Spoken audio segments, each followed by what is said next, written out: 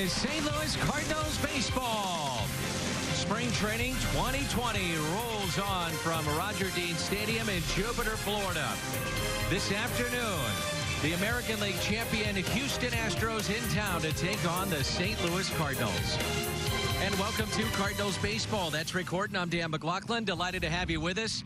Great pitching matchup early on in this game as Justin Verlander goes for Houston, and for the Cardinals, it's Dakota Hudson. Mike Schilt reminding reporters today that Dakota Hudson won 16 games for the division champs, so not a lot of room for improvement. But one thing Dakota's trying to do, Dan, is throw more strikes. There's a lot of great storylines happening with the St. Louis Cardinals, and one of those, great start to this camp, and that's Paul DeJong. We are a third of the way through our games this spring. Hard to believe that. Paul DeJong with 3 home runs already. The Cardinals are going to try to find somebody to hit behind Paul Goldschmidt. Maybe it's Paul DeJong. Competition in the outfield. How about Lane Thomas? What have you thought? Lane Thomas has shown very well. I love his at-bats. He has good plate awareness and a lot more power than you think. All right, we're set to go. It's the Houston Astros and the St. Louis Cardinals. Justin Verlander, Dakota Hudson, the Cardinals, the Astros, and our first pitch coming up on Fox Sports Midwest. St. Louis Cardinals baseball on Fox Sports Midwest is brought to you in part by Budweiser. Wherever legendary MLB moments happen, Budweiser will be there. And by Shelter Insurance. For your auto, home, and life, we're your shield, we're your shelter.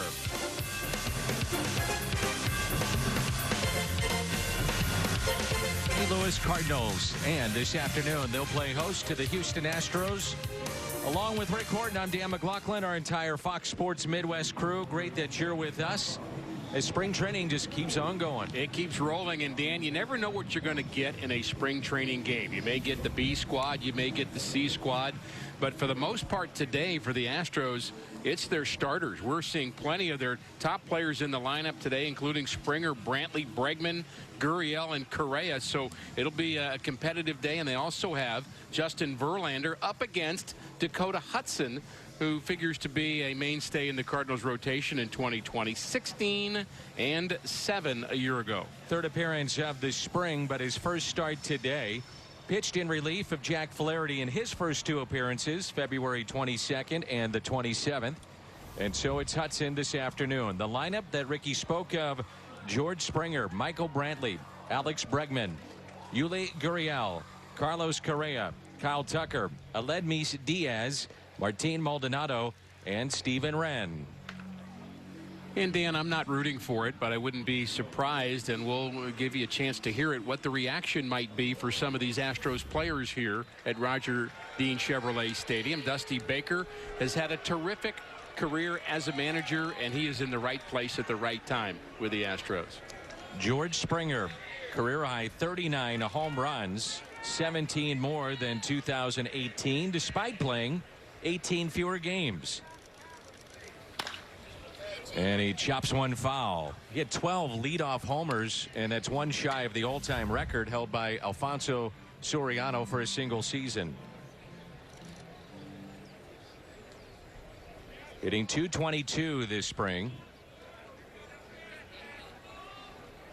And the 0-1 pitch by Hudson. Dakota Hudson, a key for him, throwing strikes. Any pitcher, that's a key, but especially Dakota, a lot of walks a year ago. And very important for him to be down in the zone, too. His fastball has much better movement down than it does up. I think there's a time where, you know, he can go up and get guys to chase, but for the most part, you want to see the target low. And the 0-2.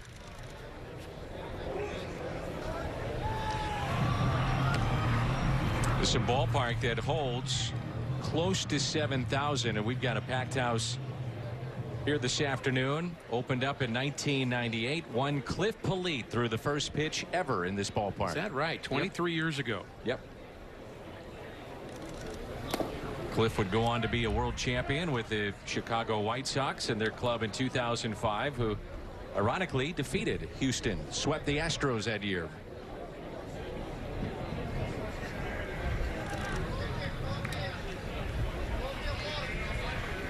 And the 1-2 pitch.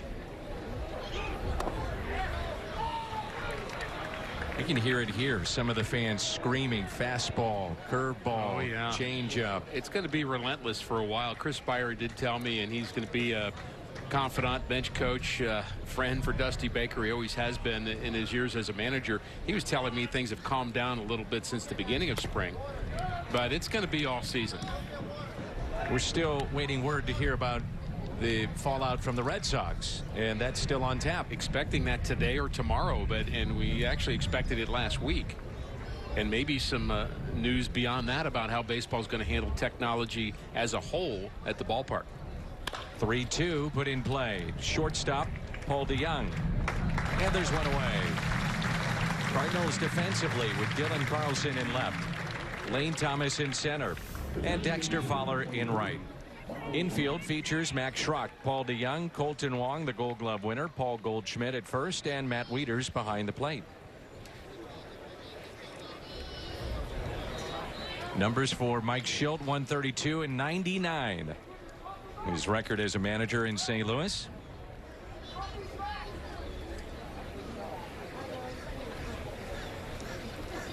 First pitch to Bradley is taken for a strike. It's a team that is loaded any way you want to look at it. Bullpen, great closer, even with the loss of Garrett Cole, terrific rotation, and a lineup that is loaded as well. Soft liner, DeYoung won't get there, and it brings in Bregman.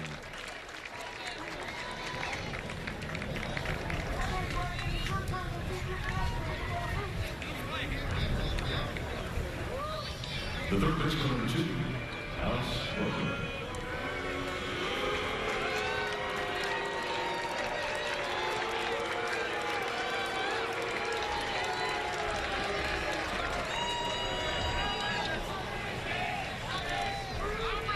I'm sure, Ricky, you've been there. You try to block it out as a pro athlete, but you're a human being. Hard not to notice. And this is just a spring training game. In some ways, spring training's worse, and I say that for this reason. You mentioned the capacity here is about 6,800, a little over 68, almost 7,000, as you mentioned. But the smaller the crowd and the more intimate the stadium, the more you hear them.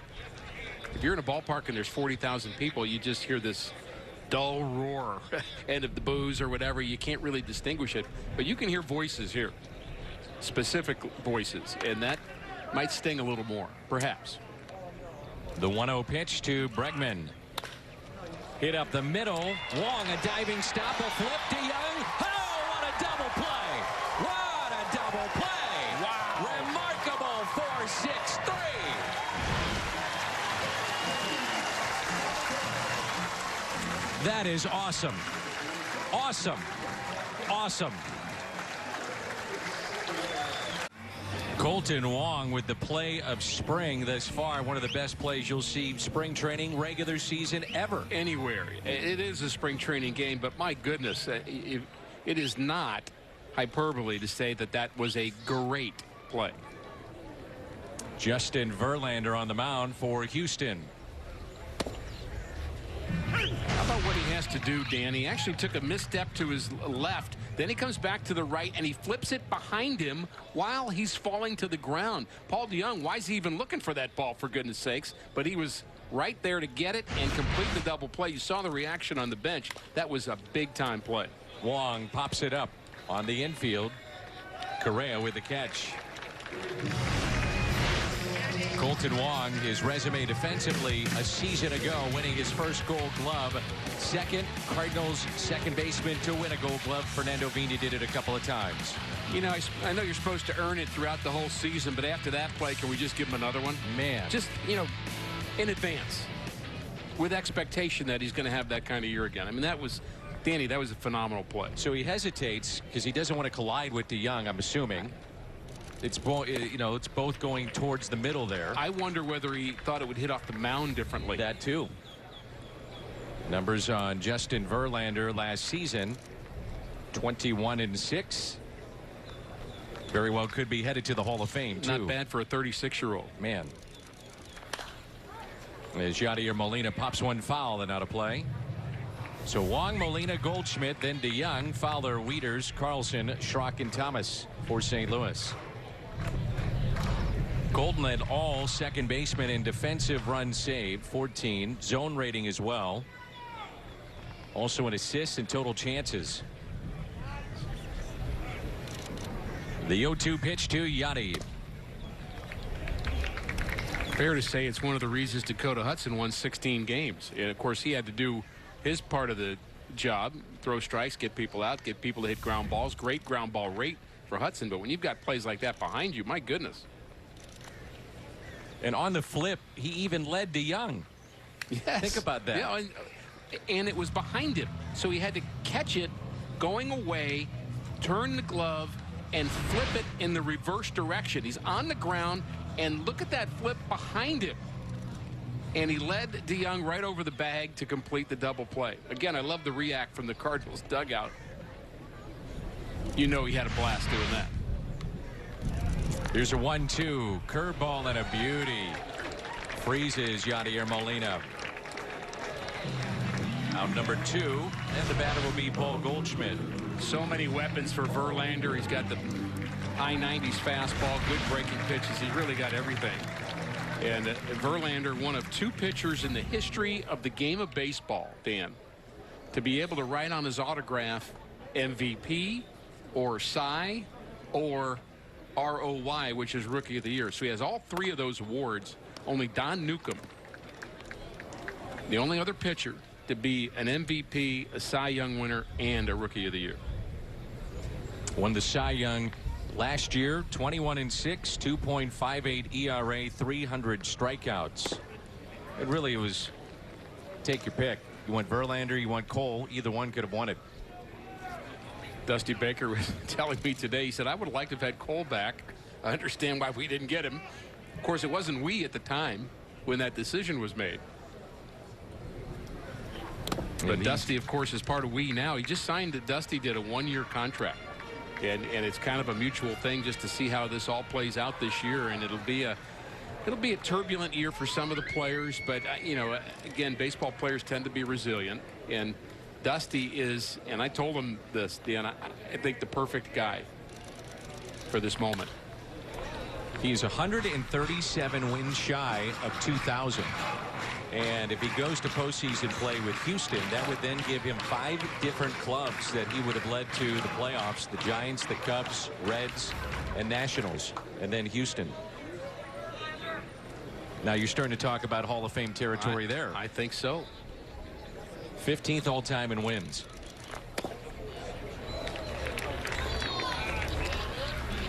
And Verlander, even at the age of 37, is entering the first year of a contract extension that keeps him in Houston through 2021.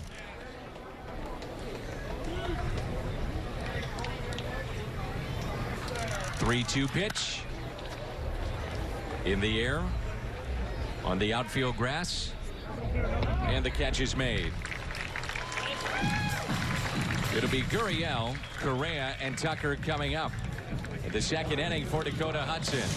Cards and Astros. Endo score. Still in amazement over that play. It's one of the best plays I've ever seen by a second baseman. I don't think you can make a better one. I mean, I don't know what play would be better. Colton Wong, of course, made a great play last year on a ball down the right field line. It's just a terrific over-the-shoulder catch. And, you know, he does some acrobatic things. But that involved so many things, Dan. Body awareness, involved dexterity with the ball in his glove, and awareness of where Paul DeYoung was, and so many things going on in that. He told me that play, and I think it's the one that you're referring to, in the Sunday afternoon. Wainwright on the mound. He was at 120 pitches, and he made the catch that saved the game. And he told me that was my defining moment of last year, of all the defensive plays. He told me something very interesting, that growing up in Hawaii, you know, baseball was around. Obviously, you don't get here unless you're playing baseball. But he said his grandmother would sit him down and they would watch tennis. And he would watch how the great tennis players would get on the balls of their feet for reaction, to move laterally. And that's when he started to do it, kind of mimicking what a tennis player would do it as Gurriel strikes out. Hard to get a good first step if you're not on the balls of your feet. What about this running fastball in on the hands of Gurriel and in La Cocina. Carlos Correa greeted with some boos, hitting 143. No home runs, no runs batted in this spring training. I remember the play 2 years ago at Dodger Stadium on the shortstop side of the bag. Wong, and I thought that would win him the Gold Glove as Correa grounds back to Hudson. I thought that was maybe his best play. Then last year with Wainwright, and now this one today. This is the best I've ever seen, and he's made a bunch of them. Yeah, you know, he's got a highlight reel, of course, that you could put together, and you can find probably 10, 15 plays that are exceptional. But I'd be hard pressed to say any play was ever as good as that one. Just because of all the different things that happened with it. The hesitation, the flip, the lead out of the glove. I mean, just as good as it gets. And that's another reason why, to your point, you're Dakota Hudson. Strikes, sinkers, and ground balls. Like that. And DeYoung makes the play. Paul DeYoung leads it off when we come back. Followed by a couple of switch hitters in Fowler and Wieters. Putting his defense to work. Paul DeYoung leads it off. It is a warm day here in Jupiter, followed by Dexter Fowler and Matt Wieters against Justin Verlander. So the numbers for DeYoung: 545 the average, 3 home runs and 7 driven in. He's talked about a different approach mentally at the plate, pitch selection, and doing some damage with it. And we've seen him go the other way, and we've also seen him take the ball over the wall. So there's the preparation, then there's kind of your plan of attack, and then there's just mentally staying within yourself, because there's so much of hitting is between the ears, just like pitching. And he clearly thinks that that's kind of his next level. And he lines it into left field off of Justin Verlander. And you're talking about a next level for a guy that was an all-star last year. Our colleague Ricky Ankiel is in the dugout for the St. Louis Cardinals. He'll be doing some pre and post game analysis work, also some games here in spring training, but right now enjoying his job in uniform. Really just learned, you know, how we're going about things, and then just being a soundboard for these guys. You know, whether it's experiences that I've had, things I've learned, or things that I've been taught, you know, these guys are working hard. I think they're really hungry, and, you know, it's always good to get advice from former players, because some of these guys haven't been there yet. And that pitch popped up by Dexter Fowler. One of the things is they battle the sun and left, and the catch will be made. One of the aspects that Rick has talked about is the technology that is available to the players. And that's something that was mentioned to me about Paul DeYoung. He's taken some of the technology down here.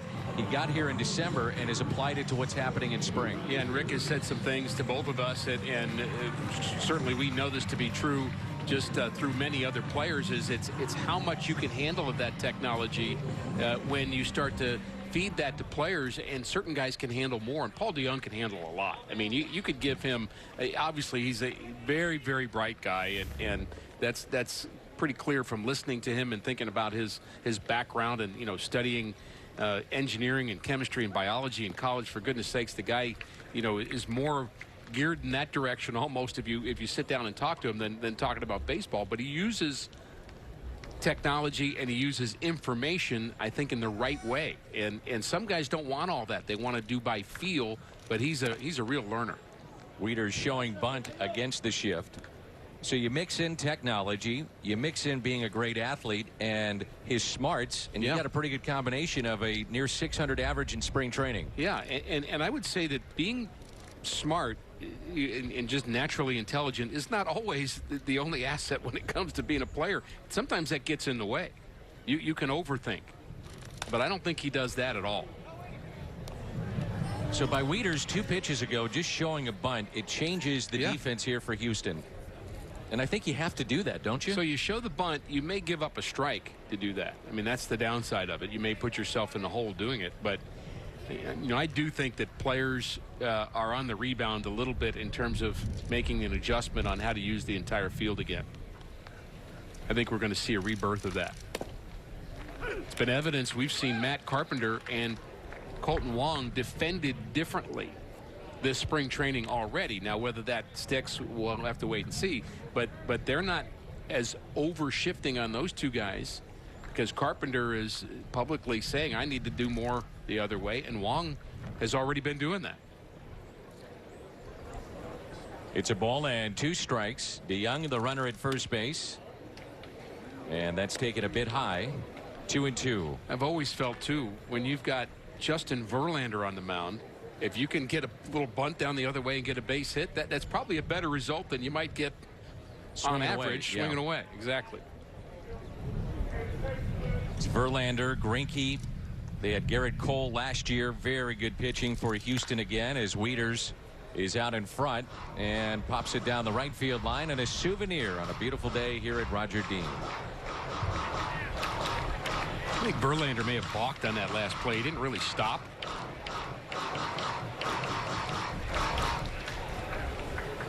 But you're probably not going to call a balk on the veteran in a spring training game. Probably not. He starts to come set, and then it's just kind of it's quick. It's very quick. Some guys can get away with it because of their resume. 2-2. So full count, and DeYoung, the runner at first base. We'll see if the Cardinals want to do a little running here. You never know with Mike Shildt. Why not? Mike Shildt to be married this Friday on the Cardinals off day.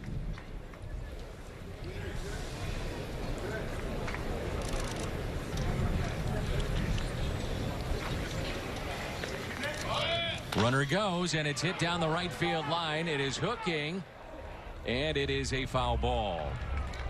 So, Mike, I guess it may be on a beach, and somebody asked him about wearing socks for his wedding. He said, well, not for my cold feet. I don't need socks for my cold feet. He also said game time is, he announced the game time even. It's 5 o'clock first pitch, he said. First pitch. Everything in his mind is baseball. And I think Michelle pretty much has that figured out by now. Third manager to win in St. Louis, the Manager of the Year award. Whitey, Tony, and now Mike Shildt. See, the other two, they're just known by one name. That's Mike right. would like to get like that. Right. 3-2 pitch, and it's a walk.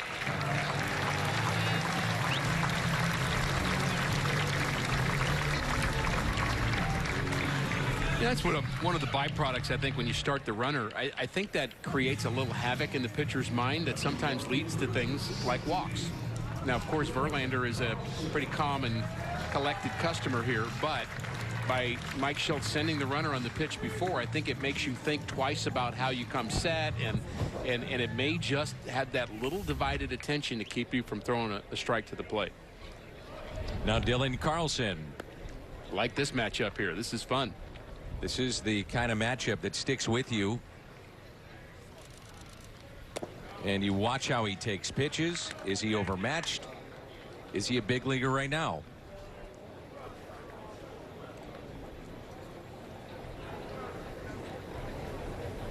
Cardinals outfield doing throwing before the game at about 10:30, 10:45, and Carlson was throwing bullets all over the place. Sure was. And accurate. Did not go. 2 balls and no strikes. I think I had him rated as in my mind, just watching all the outfielders throw. Did he go or not? I thought he went. No, he didn't. Good call. I thought he had the strongest arm. Maybe Bader about the same. Accurate too. And accurate as well. He was primarily throwing from right field, Dylan Carlson. And good mechanics. Good cut. Fouled it back. 2-1.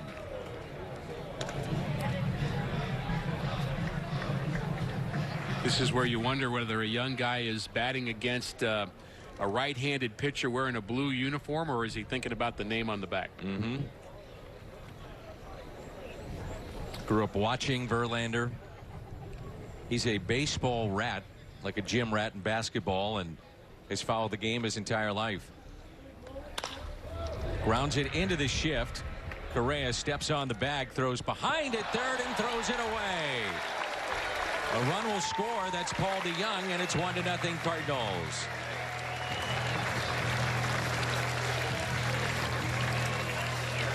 Well, that's where a shift can hurt you. That's probably a double play if people are playing in a normal position, but there's nobody to flip it to. You've got to have the shortstop get that, and he decides to throw behind the runner and into his own dugout. I understand the idea there because Correa is smart enough to know that Carlson runs well. So he figured no chance to get him at first. Maybe I can get DeYoung rounding third base, but the errant throw makes it 1-0. Shift for Max Schrock, and he looks at a ball. Numbers on Schrock last season in the minor leagues. Trying to stick, just trying to make an impression. Came over in the Steven Piscotty deal along with Jairo Munoz. And the word on Munoz is that he'll receive an MRI next 24 hours to figure out exactly where he's at with his hamstring. Also, Andrew Miller issues yesterday getting loose, and Mike Schilt indicated that he just couldn't get a feel, an actual feel of the baseball. So they're trying to figure that as we go along, too. It sounded a little mysterious, and he wasn't meaning to be mysterious. He just admitting it's mysterious to him. Breaking ball of beauty. Back to Rick Ankiel for a moment. We asked him about being in camp with Mike Schilt. I think it's been unbelievable. I think the culture that Mike has built here is as good as I've ever seen. In some of the meetings, ball talk, and the way they go over things, certain details, is the best I've ever seen. It's pretty impressive, and I think I would have done well as a player under Mike. Players talk about ball talk all the time. As Schrock hits it out to right, it's well hit to the wall. One hops over the wall, and a ground rule double for Max Schrock, and that makes it 2-0. Dylan Carlson scores.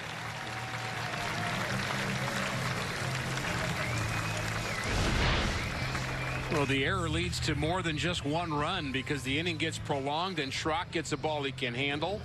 Ground rule double into the right field corner. Not a lot of wind today. We've had wind most days that we've had down here, Danny. Either the wind blowing out hard to left or hard to right, and today it's a little breezy, but not quite the gusting wind that we've had. Here's Lane Thomas hitting .250. The players rave about ball talk. They just love it. They love hearing about proper ways to play the game, issues if there are any in the clubhouse, things to do in certain plays, and it's all out on the table, and they talk about it every single day.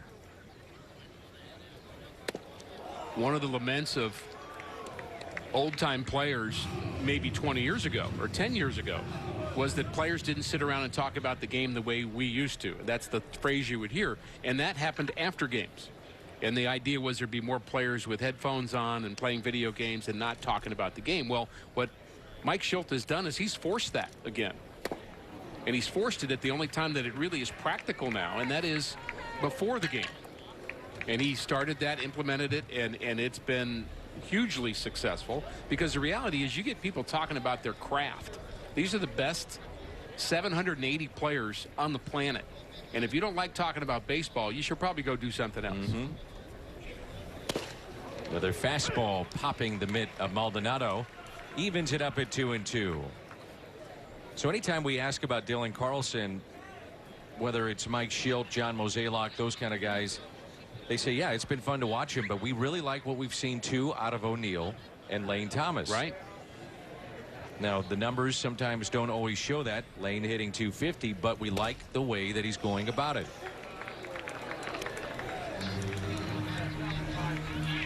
Well, my point in the open about not chasing, that would have been an easy pitch to chase against Justin Verlander, a pitch just off the plate. That's what he was looking for, in fact. A little cutter off the plate, trying to get that swing and a miss. And Thomas was able to have good pitch recognition. We'll see if he can do it 3-2. Popped foul and out of play.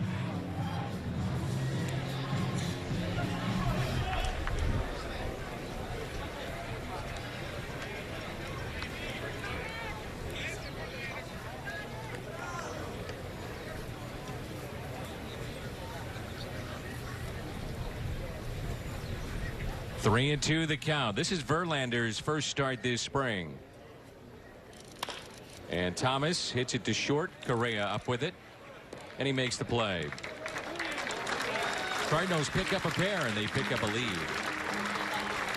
Out there and just throw it over the plate and be convicted of, like, in doing that. And, you know, that's something that I'm going to be able to trust this year and going forward to where, you know, maybe some games are a little bit and cut back on the pitch count a little bit, maybe grab an extra inning here and there. Well, you think about it, he throws strikes, put the ball in play, pitch count stays lower. Yeah, and if he's walking 4 per 9 innings, that's too many for a guy like Hudson. He controlled the bottom of the zone, and you know he's had success, obviously, getting the ground balls. And I think the word being convicted, I think that's what's going on between his ears. You look at the numbers, 16 and 7, the ERA pretty good, and the ground ball rate exceptional at 79%. But again, too many walks.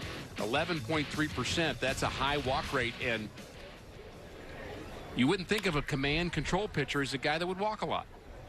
DeYoung makes the play at 86 walks, and that led all of baseball last year. And he did that in 174 and 2/3 innings. You figure, you know, you walk 5 guys, 1 or 2 of them is going to score. I mean, that's, you just generally think about that, which is going to affect the ERA. And I know that Mike Maddox is very happy with the job that Dakota Hudson did a season ago, but you're always talking about improving, and it's not a bad thing in this game to strive to be better. Here's Martin Maldonado, bounced around and then eventually found a home with Houston, and Maldonado has been taken out of the game, so this was his spot in the lineup, and now it's Dustin Garneau. Well, he's the second Astro to get removed from the game, and the first one got removed before the first pitch, and that was Yordan Alvarez, who was going to play left field, but he had a knee issue, so he was taken out. They changed their lineup around, and so now it's Garneau behind the plate, not Maldonado. So that's the second Astro. The only other Astro, the regular Astro not here, is Jose Altuve. Here's a 1-1, and that's well hit out to left. Spun around Carlson. It's off the top of the wall. And now they're saying it's gone. It is a home run. It hit off that sign there. So off the sign and a home run.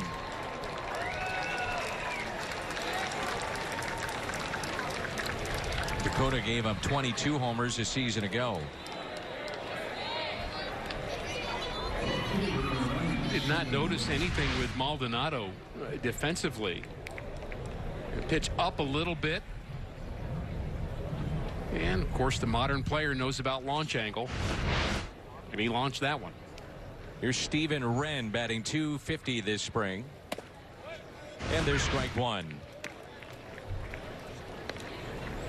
And that does hit off the yellow sign. It looks like you got it maybe a few feet to the left.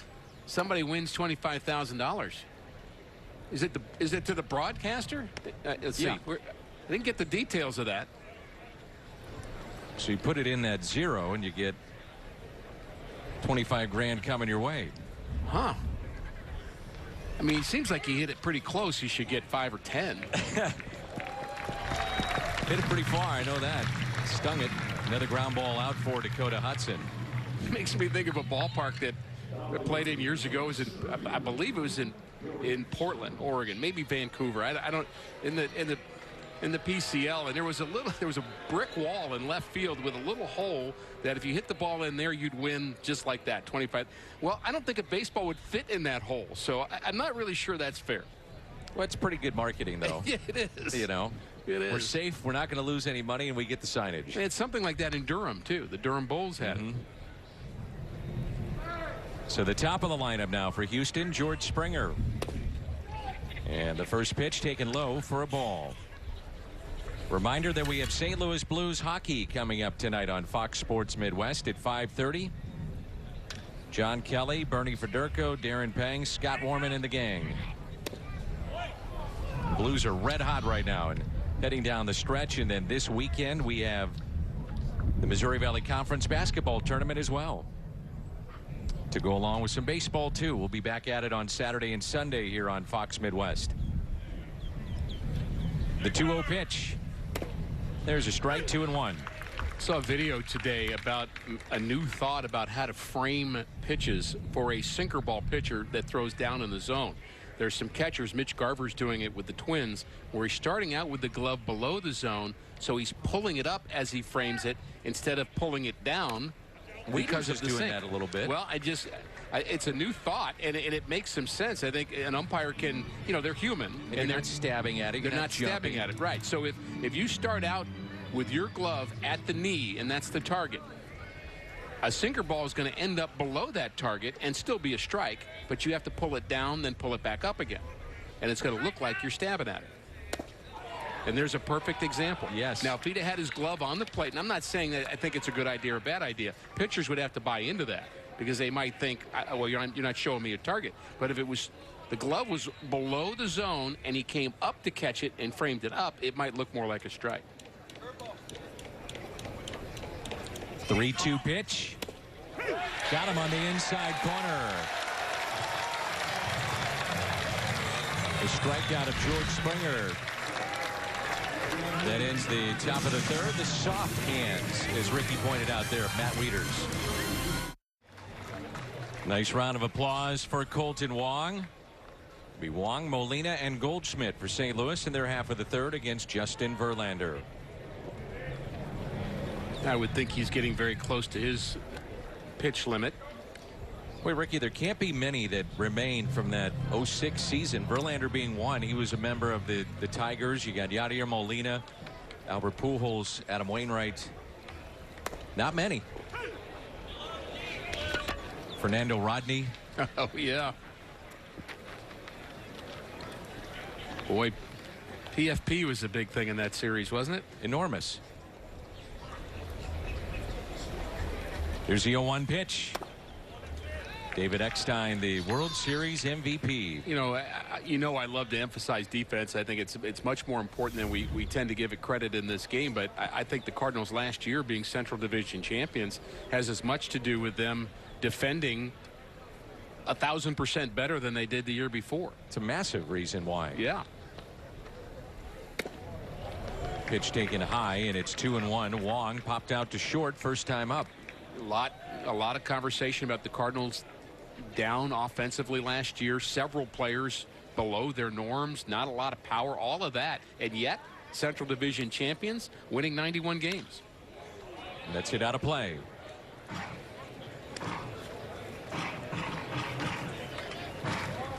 Cardinals went literally from worst to first in defense.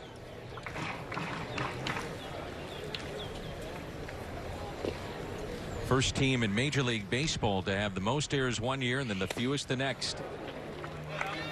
Tell you what, Verlander, this may be his first spring start. He may be 37, and he's still awesome. He's still pretty good. That was nasty.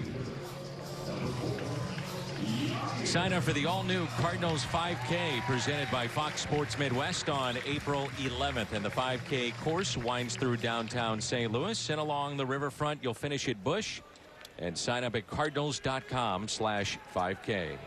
You're talking about age, Danny. Dusty Baker talking before the game today about how he learned from Al Campanis, the former general manager. And we'll look at the strikeout that you're talking about from the 37-year-old. He said Al Campanis told him you can play till you're 36, 37, 38 in this game if you keep your head in it, have your passion for it, and don't gain weight. Be fit. And that's what he told Dusty. Dusty played till he was 36, and he gives him credit for it. Dusty had a wonderful career. He did. Very good player. Was a world champion as a player, but not as a manager yet. Strikeout of Molina. Second time he's gotten Yachty. And 2 consecutive strikeouts here in the bottom of the third. And when you think of Dusty Baker, you also think of his son Darren. Remember that moment at home plate?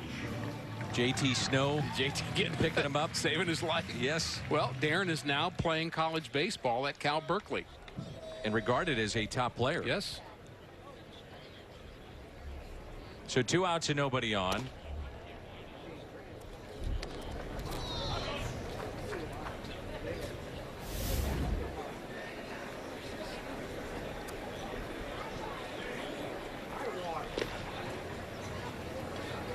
And the 1-0 pitch to Goldschmidt.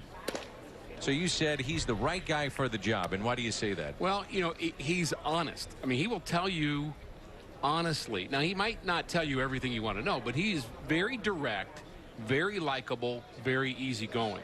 And I think when you deal with controversy, if you start to shy away from it, hide from it, that's going to make it worse. If you're defensive, that's going to make it worse. If you're kind of covering up, that's going to make it. And he's not going to do any of that stuff. He's going to say what he thinks, and yet he's going to do it in a way that is very likable and gracious. And I just think he's smart enough, been around the game long enough, that he's going to be even keel about it. And I mentioned to both he and Chris Spire before the game that I just really looking forward to seeing how those guys lead that situation, because I think they're the right guys to do it. The 2-2. Hear it all the time, Ricky. Players, and maybe you can follow up on this, but they say, you may not like me, yeah. you may love me, but just let me know where I stand. Yeah. And Dusty will do that. Yes, 100%. That's the honesty thing and the directness. And of course, he's going to have your back, too. That's the other thing. Protect me. Of course. And Goldschmidt sends one out to deep left field. It's at the wall, and it is gone. Took a while, but got out of here. The home run for Paul Goldschmidt, and that is his second this spring.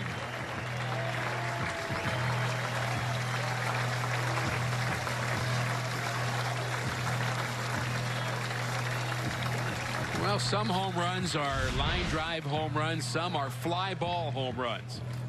And this was a fly ball, big fly. The deep left center field. He knew it. You could tell when he left the box. And I got the sense Verlander knew it too. And that's going to be the last pitch that he throws here this afternoon. So his first start of the spring comes to a close with a long home run off the bat of Goldschmidt. We are in the bottom of the third, and it's 3-1 St. Louis. Jared Hughes, the new pitcher for Houston. He's had a nice career, 9 years in the big leagues, 524 games, and a 2.88 career ERA. It's a lot of running in from the bullpen, too. Sprints in from the bullpen. Does. He loves it. Last year he split time, finished up with the Phillies, began the year with Cincinnati, had a number of seasons with the Pittsburgh Pirates. Kind of a three-quarter delivery for Hughes, which I think lends itself to ground balls. He's going to get a little sink action, a little movement from dropping down just a little bit. There it is. But you have to control it. 3-0 the count on DeYoung. He singled to left and scored on the throwing error by Carlos Correa. First run of the game back in the second.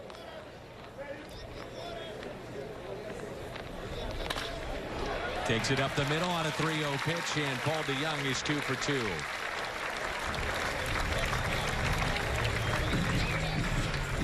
I love guys swinging 3-0 in spring training. I just think there's no reason not to, really. Paul DeYoung has been red hot. Why not? Getting on base and with 2 outs is not as good as what the damage he could do swinging the bat. The average at 545 coming into play, as you mentioned, and 2 for 2. He's hitting 6 something. He's had just a tremendous spring. Dexter Fowler has popped out to short. 067 came in hitting in this spring. He struck out 3 times yesterday, so they want to see him get going a little bit, but he's healthy, and that is number 1 on the agenda. A ball and a strike. Didn't like the call there of C.B. Buckner. Buckner was originally listed as a base umpire. The thought was to have Lance Barksdale behind the plate. Nothing has been right on our scorecard. No, it hasn't. Lineup changes, umpire changes. What they'll do with the other umpires is they'll call them A, B, and C in spring training, meaning they're not first base, second base, third base, but the home plate umpire is the home plate umpire. When you have the A, B, C, what you do is you rotate. Again, spring training for them, learning for them. I'll tell you, the real learning thing for them is going to be the desire to have umpires, and we've not talked about this yet, Dan. Fowler off the end of the bat into shallow left, and the catch is made. And we won't talk about it now either. We're going to talk about umpires communicating to the fans next inning. You ready? I am ready. Deep tease, baby. Deep tease. During the open, more strikes, more balls in play. Use your defense while we're getting that today. That was a spectacular play by Colton Wong and Paul DeYoung, one of the best we've seen. That came in the first inning. Then it was Paul DeYoung going to his right, off-balance throw. He got his man. When you've got a sinker baller like Dakota Hudson, you appreciate having those guys up the middle who have been so good with the glove. The batter is Michael Brantley. 14 defensive runs saved in 2019. Fourth best in the National League among shortstops for Paul DeYoung last year. And the first pitch is taken for a ball. It's a nice test here today for Dakota Hudson, who again is trying to get to that next level with throwing strikes to face a team that, look, the Astros have a great lineup. They just do. I mean, we saw the Twins. We know how good the Twins lineup can be and will be in 2020. But the Astros, man, they could just flat out hit. Only, as we mentioned, Alvarez and Altuve not in this lineup to start this game, and Hudson's off to a good start. 6 finalists for the Cardinals last year in the Gold Glove, and Wong winning his first. Cardinals franchise has 89 Gold Gloves, most of any franchise in baseball. Leading the way, the Wizard, he had 13. And Yadier Molina, boy, if he gets one more, now you're in double figures. That's 10 as a catcher. All the games played, the World Championships. Sign him up. Hall of Fame resume.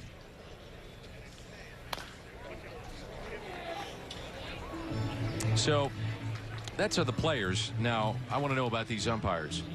I think I know where you're going with this. You gave me a deep tease, so what do you got? Well, the umpires in 2020 will now, when there is a review taking place, will now communicate to the fans in the ballpark and to our viewers. We will get to hear what is going on and what the call's all about. They'll give a brief description of what happened. I've been saying this forever, but yes, it's We've good. been wanting it. 100% fans have been asking for that forever. And then and had a little time with Ted Barrett, who's a veteran umpire. I've known Ted a long time, and he presented at our meetings this winter. And one of the things he said is, now, I need you guys to help us. All you broadcasters need to help us. And what he said is, we've got some umpires that are nervous about doing this. I mean, you think about, it might not be in everybody's kind of cup of tea to be able to speak publicly. I mean, they're umpires. They're really good at what they do. They're the best in the world at what they do. But they're not necessarily comfortable speaking publicly, and they're going to have to get the microphone right. They're still working on how they're going to do that.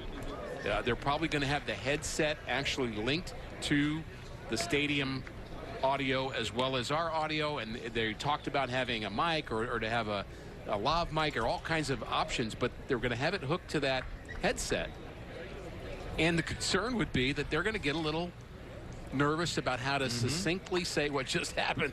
So cut him some slack, is what Ted was telling. Well, there's been funny moments as Brantley draws a leadoff walk, and I think you've seen it in the NFL. Yes, where he referred to that. You know, you've got those unique rules, and you're trying to explain it, and you say, now, wait a minute. Well, no, they're going this way, and then the ball's on the 15, and oh, shoot. You know, that's right.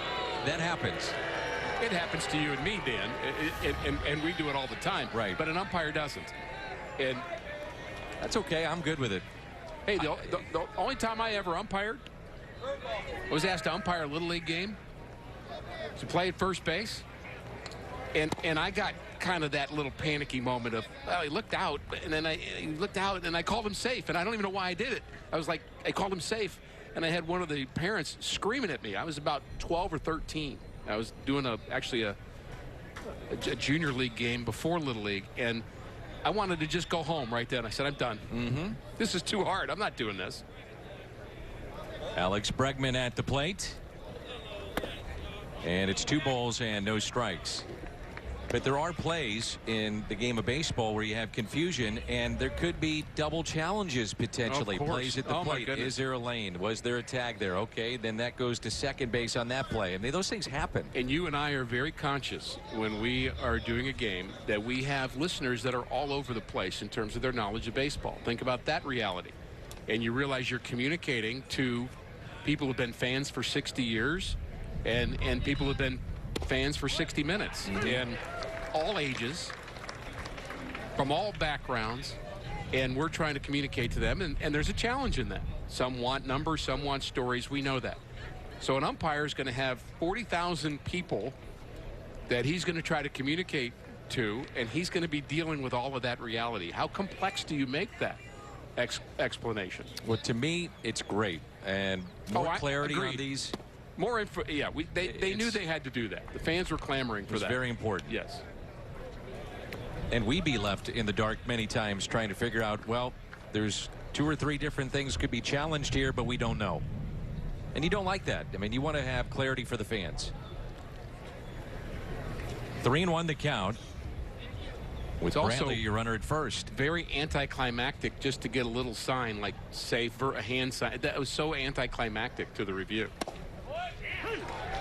I'm curious, too. So if the headset is going back to New York, and you're also using that headset to be communicating to the crowd, you got to be careful when you're on mic and when you're not. Well, that's another piece of it. Know your audience and your technology. A 3-2 pitch. How about a ground ball double play? They don't start the runner. There's your ground ball. And there is your double play. All you had to do was ask. I would think if you're the opposing team and you've got Hudson on the mound and a 3-2 runner at first, you got to be running. You got to be thinking about that. There may be reasons we don't know that they didn't send them.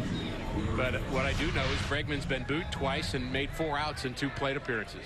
Not a good day so far for Alex Bregman, who's a terrific player. 41 home runs last year for Bregman. Second in the MVP. 112 RBIs. He had a monster year.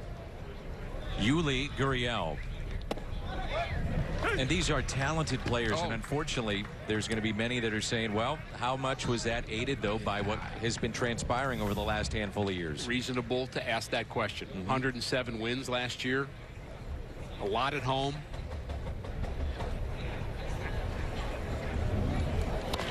And Gurriel pops it up. Foul territory. Goldschmidt with the catch. Leadoff walk, a race with the double play. Gurriel pops out. And the Cardinals have Wieters, Carlson, and Schrock coming up.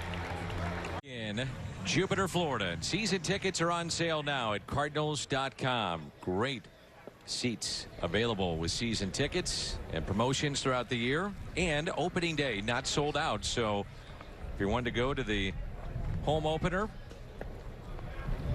it's there for you. Well, Fran Brandiff may want to know that. 95 years of age. Fran has been a Cardinal fan her whole life. She does not miss a telecast, so maybe she doesn't want to be at the ballpark, but she might. But I know she'll be watching us, Dan, if she's not. So thanks for rooting for us, Fran. Here's Matt Wieters at the plate. Hughes got the final out last inning. And it's 1 ball and 1 strike. Wieters with 11 home runs as a backup catcher last year. Valuable part of the roster for St. Louis. It's a fly ball out to left. That is well hit too. At the wall, and it's gone. Opposite field home run. Wieters went down to get it. His first of the spring.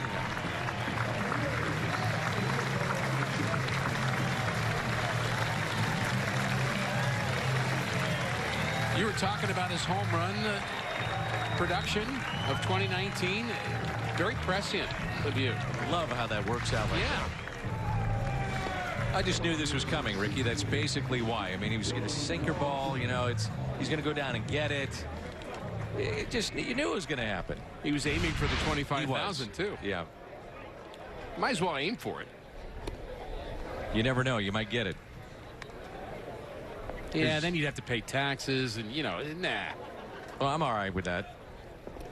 Maybe it's $25,000 of electric supplies. They just deliver them to your garage. Could be that. Whole bunch of wires and batteries. Plugs. Plugs. Extension cords. Store credit. That's what it is, Dan. Here's a 1-1 to Dylan Carlson. Alex Reyes has grabbed a baseball and started to throw down in the Cardinal bullpen. And how about the job Dakota Hudson did? 4 innings, 2 hits. One of those hits a home run by a guy that he didn't expect to face here in this game. Only one walk in those 4 innings for Hudson. The pitch count was low. Carlson slicing one towards the corner, and it is a fair ball. Dillon to second, and he'll stop there. It's a double for Dylan Carlson.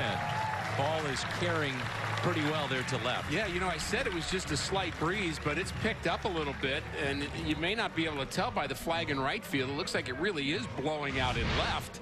This ball may have been hit on the screws again, but it more of an inside-out swing. That's the power of Carlson, and very nearly got out of here. 329 down that line. And I love the way Carlson runs the bases, too. There's the flag. It doesn't seem to be as violent a wind as we've had the last week or so. And here's what I like about Carlson. He picks up the ball, puts his head down, and runs. And he rounded second base, and he's still running. And he's still thinking, and he makes sure they make the play to the base, forces the throw. And Dillon staying put at second base. Fun to watch him run the bases, but the Cardinals collectively, Dan, have been very fundamentally sound in the way they've run the bases this spring. I know there's been a lot of work with the Pop Warner, Stubby Clapp, about doing things the right way. Mike Schill talking yesterday about how pleased he's been about the base running here.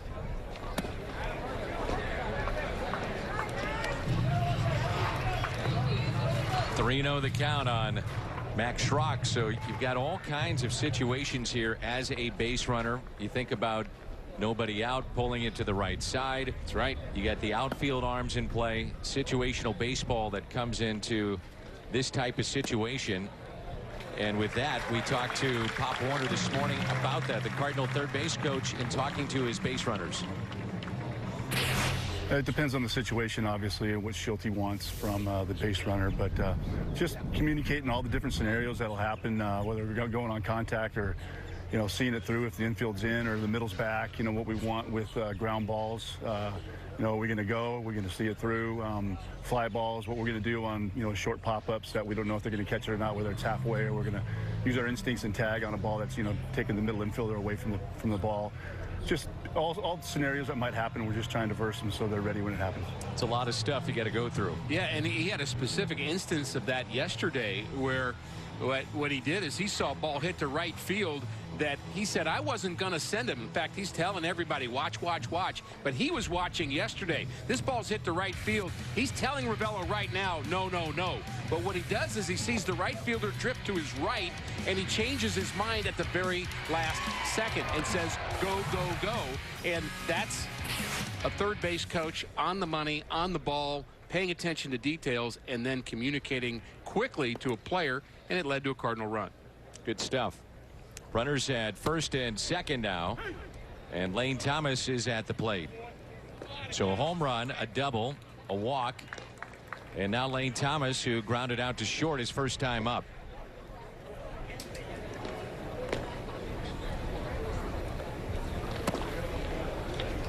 One ball, one strike. Houston with activity in their pen. I find it interesting that there's a lefty and a righty. Almost a situational moment here, which we've not had one of those in spring training. And until March 12th comes around, we won't have the 3-batter minimum, but it's coming. I originally didn't like it. Then I started to like it. I'm back to not liking it again. I'm the other way. I was liking it. Now I'm not. You know, it's situational stuff. That's the game. Late innings, lefty-lefty matchup. I'm back to not. So we're in the same spot, right? We both don't like it now. Well, we're both wishy-washy is what we are.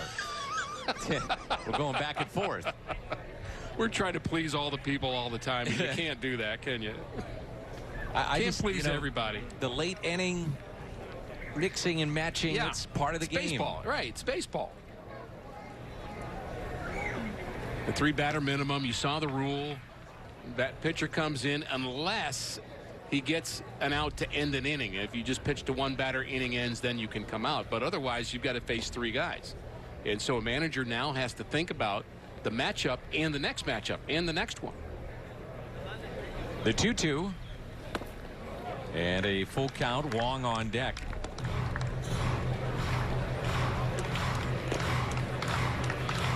nuances to that rule. If you pick off a runner when you come into the game, that doesn't count. That's not your guy. You actually have to face 3 batters. Right.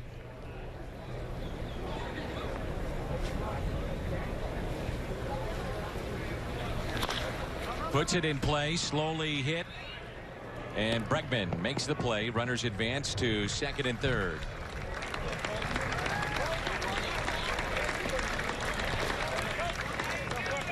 So Pop Warner will have a conversation here momentarily with Dylan Carlson. And he had a conversation with that last ground ball, and the ball's on the ground, you got to go, but he's saying stay here on the bag, on the bag.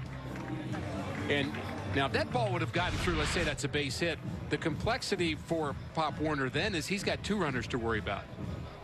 Is the runner coming from second base that he'll have to say, you know, score or not, but then he's got to quickly turn to the trail runner and communicate to him as well. Pitching change, lefty against Colton Wong when we come back. So 1 out runners at second and third, a lefty-lefty matchup here with Colton Wong at the plate. And the Cardinals leading 3-1. Sionel Perez. Got that? Got it. Sionel Perez. I got that version too. It's actually spelled wrong on their roster. Oh. So 1 out runners at second and third. So let's talk about the 3-batter minimum. Let's say that this was regular season play. Perez would be in to face Wong, and he could get the next 2 outs and then not have to start the following inning. To explain that to folks. Correct, because it ends an inning. Now if he gets Wong out and you say, wow, boy, I don't really want Perez to face Yadier Molina, that's a bad matchup. Tough. So that's why if you have switch hitters or can stagger a lineup lefty-righty, you're at a distinct advantage. You better be a guy with good splits. 3-0 the count. Yadier Molina on deck. Now, if there were 2 outs and he got Wong, he wouldn't have to face Molina next inning. But the oddity is that if he goes out for the next inning, he's going to have to face at least 3. You can't face just maybe another lefty that happens to be leading off the next inning and then take him out, because now it's just 2. And you've kind of taken away your advantage of being able to remove him at the end of the inning. I don't like it. It's a little tricked up. I'm not a fan, Ricky. Now maybe I'll grow into being one when I see it fully instituted, but right now I don't like it. But we'll see. Well, as I said, initially I couldn't stand it. Then I was like, oh, I get it. Now I don't get it again. Now there were some I've said, well, that takes the strategy out of it. Yes and no. There's a lot of strategy that goes into how you want to use that. Well, there's always going to be strategy. The question is it normal baseball strategy? That's or the is question. Or is it tricked up? Right. Here's a 3-2 pitch, infield in, and Wong hits it up the middle, gloved by Correa. Puts it in play, and the run scores. Dylan Carlson, and St. Louis adds to their lead. And more work for Pop Warner as to what to do there. I mean, do you send him? Do you let him? Do you have him go on contact? That was a wise decision for Carlson to take off there on a ball that was hit back close to being back to the pitcher, but where it's located to the pitcher's right, he can score, and he goes right away. And even though the shortstop gets the ball, he can't make that play at the plate, even with the infield in. Here's Yadier Molina.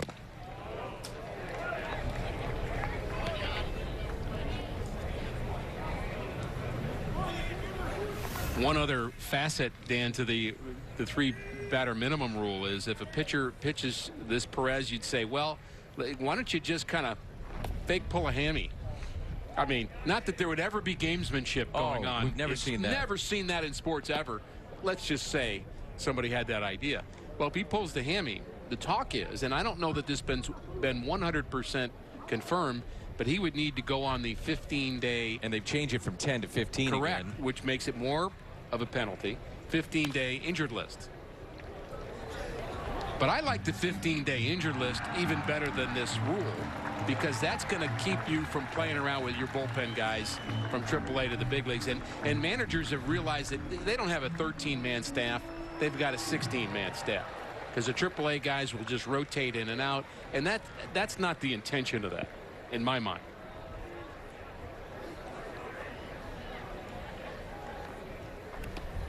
And the ball gets away. And a run will score. That's Schrock. He's had a nice afternoon thus far, and the Cardinals lead it 6-1.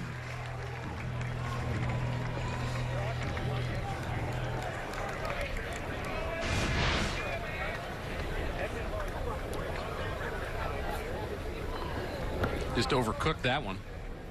And again, reading it right away and scoring.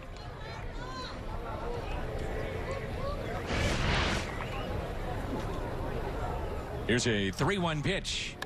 And Molina hits it left side. Correa deep in the hole and makes the play with a stretch at first. Matt Wieters starts the inning off with a solo home run. And it's all St. Louis. St. Louis Cardinals baseball on Fox Sports Midwest is brought to you in part by Ford, the official car and truck of the Cardinals, and by Great Southern Bank, understanding what really matters.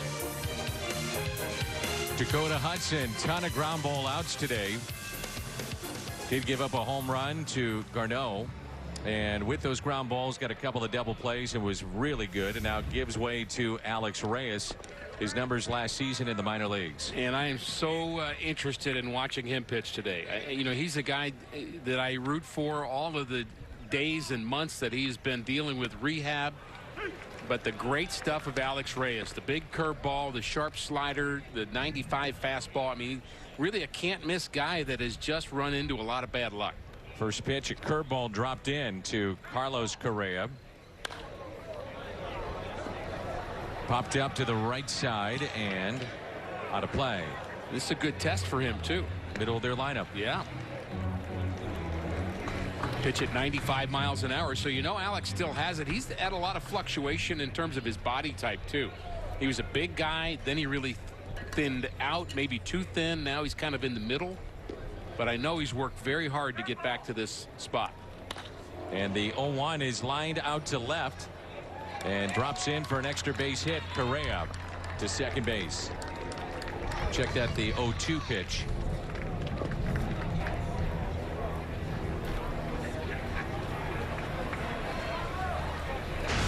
And this is what we've seen from Alex. This is 0-2. And I believe that's a changeup. It was only 88 miles an hour. Unless the scoreboard was wrong. That would be an odd place to throw that pitch. 0-2 up and away. And again, maybe it was 88 off the bat, although it looked like it was more than that. So here's Kyle Tucker. Correa, the runner at second base.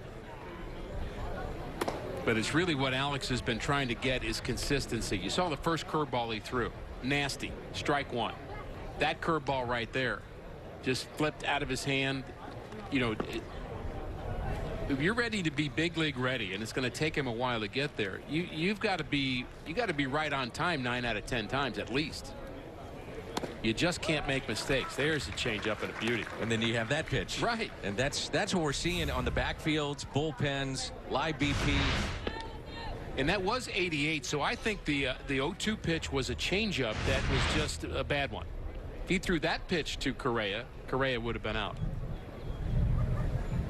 And the 1-1 pitch by Reyes.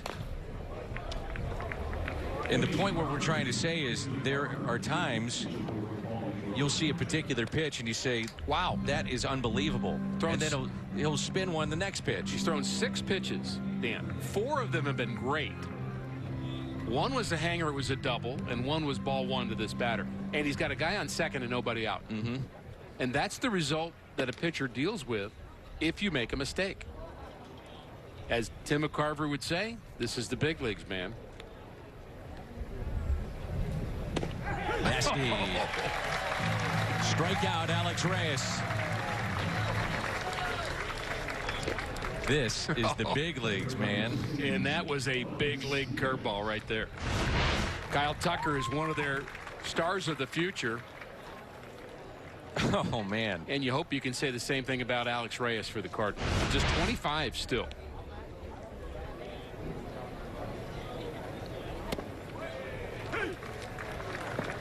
Now look at that, Ricky. I mean, that's unfair right there on some of these. Aledmys Diaz at the plate. The 0-1. That ball scoots through Wieters, so Correa will advance, or will he not? They said it was a foul ball. I think that's what C.B. Buckner said, although they don't believe that to be the case at the plate. Does it hit his bat or not? Well, that's the pitch before. They're going to send him back. And Diaz is saying, wait a minute, I didn't hit that. Well, there's a break. One of the few going Alex's way. Right. He's got a few stored up, you'd think. Yes. And the 0-2 pitch by Alex Reyes. Curveball struck him out. Back-to-back Ks for Reyes.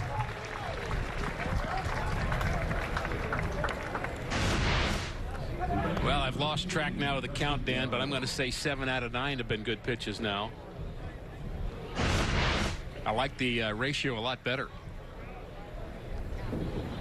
It seems like anytime we've been down here and watching him, the leadoff man gets on. So then he's pitching out of the stretch, pitching in and out of trouble. See if he can't have a scoreless inning here. Dustin Garneau hit a home run last time up.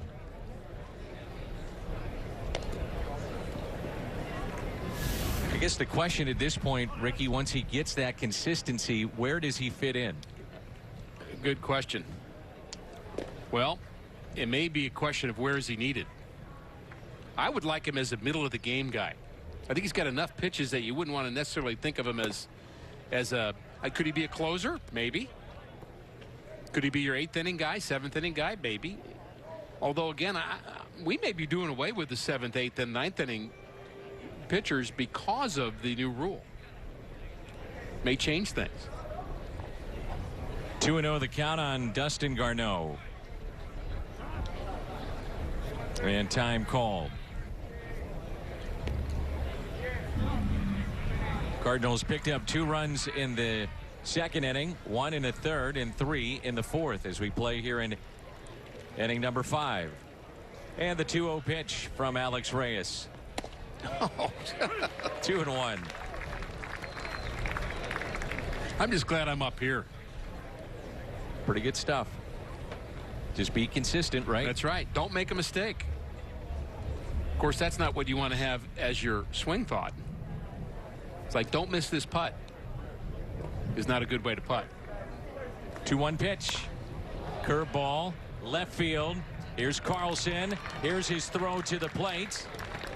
Hits the cut. That's Schrock, and keeps the runner at first as the run does score to make it 6-2. Garneau is driven in both for the Astros today. So this not as bad a mistake, but it's a rolling curveball on the inside of the plate. It's not the sharp one that we've seen. So chalk up a run to Alex Reyes in this inning, in an inning where he wowed us. That's where he is right now. That's where he was the other day. He struck out 2 batters, gave up a home run in a game on the road. And so is he close? Absolutely. I mean, is he close to being a top pitcher? Absolutely. But he's got to get rid of the mistakes. Here's Steven Wren. And the comments here in camp from the hitters, the pitchers, so many in this camp pulling for Alex Reyes, knowing what he's been through. He's a wonderful guy. 1 ball, 1 strike. He's got a very special relationship with his manager, Mike Schilt. Had him in the minor leagues. Those two are very close. Daily communication. Daily text, you bet. 1-2. Well, Alex had that moment when he got sent down and he wasn't right last year. Got sent to AAA to get seasoning and then got mad and ended up breaking his hand, his left hand. And Mike Schilt wasn't very happy about that. I mean, no. and it's because he loves him. And he wants to see him succeed. And he knew that meant, okay, that's another 3 months out and another lost year for Alex Reyes. And, you know, not my decision. But I'd be hard-pressed to think that the best thing for him wouldn't be to go to AAA in a less stressful situation and just dominate for a while. and then get him. And you might have something really special when you get it. Here's a 1-2. And again, I don't say that because I don't like Alex Reyes. It's really the opposite.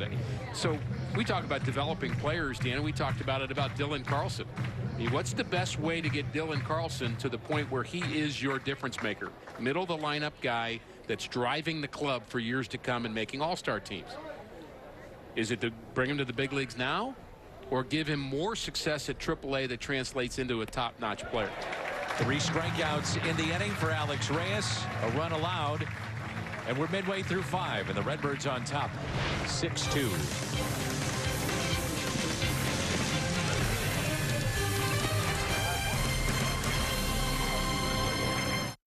Major League Baseball is always live with the MLB app. Follow Cardinals game action with game tracking, video highlights, up to the moment stats, standings, news, and more. Get the #1 app for live baseball. Download MLB today. Strike to Goldschmidt, who was homered today. Jose Urquidy is the new pitcher, and he's a good one. And he will be in their rotation this year, and he is the #2 prospect in the Astros organization, and we may see their #1 here this afternoon. Forrest Whitley. Urquidy made a contribution last year, Dan. He was 2-1 with a 3.95. That came in 7 starts for the Astros. 0-2 up the middle and a base hit. I wonder if Goldschmidt knew that was coming. Did you see Urquidy? He was feeling for the ball, then looked down, and you could almost just see trying to get the proper grip for that particular pitch. A little sensitive to talking about knowing something's coming when the Astros are in town, Dan. I thought maybe you were going somewhere with that. I wasn't, but I understand your drift. Just saying. Well, others might have, so I thought I should just let him know about the elephant in the room there. I got you. But he did seem to see it out of the hand, and that's pitchers sometimes will tip their pitches. That's a different thing than stealing a sign. That's just kind of demonstrating by the way you grip the ball, the way you squeeze your glove. Several things you could do that if the hitter can see that and adjust to that and predict what you're going to throw, it just makes him a better hitter. Here's the 0-1. Tapped foul by DeYoung, and he is 2 for 2 with a run scored back in the 2nd inning. Our colleague Jim Edmonds may be the best that we've ever seen at doing that and detecting flaws like that. I think of Greg Maddux on this subject, because he would always go into his glove with a changeup grip, and then he would switch if he needed to. A strikeout of DeYoung, and one of the rare times we've seen him chasing a ball up. And there were teams that would try to study that just to see what is he doing anything different, but he was just a master. Maddux was. And so, you know, the hitter's trying to get you to tip, and you're trying to keep from tipping, and that's what is important to have guys on your staff. Adam Wainwright's good at it on the pitching side of noticing when a pitcher's doing something that's demonstrating that, hey, I see it, the hitter's going to pick it up eventually. Here's Dexter Fowler, and that's why we see with Michaelis or Ryan Dempster a few years ago, they kind of shake the glove. That's right. That'd be another example. You know the old story, Babe Ruth used to stick out his tongue when he'd throw a curveball. That was in the movie anyway. Now, it could have been Hollywooded up, but I believe that there's some truth to that. Babe Ruth, by the way, an outstanding pitcher. Yes. I mean, outstanding pitcher. He could hit, though. I wonder if he'd have been a Hall of Fame pitcher. I didn't want to lose that bat in my lineup. Good point. They had the shift on, and there's a tag and a throw, and Fowler is safe at first.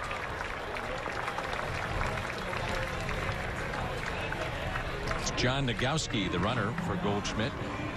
And he did the right thing there on the base pass to try to avoid being tagged. You make him run at you. If he tags you, if you run right into the tag, then he's got enough time to make this throw at first. But because you forced him to run at you a bit, that extra couple of seconds made Fowler safe. So good work stopping right there on a dime. Now, if you stop too early, they'll throw to first, and then they'll get you out at second anyway. Here's Waiters. He's homered today and looks at a fastball and a strike.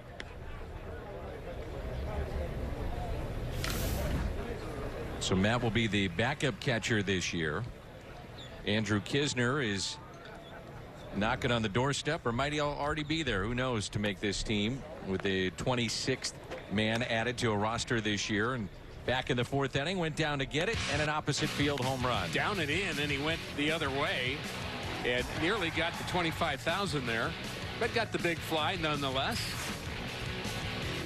And you said you were expecting some power from him, and he hit a home run right on cue. Thank you, sir. Well done, Danny.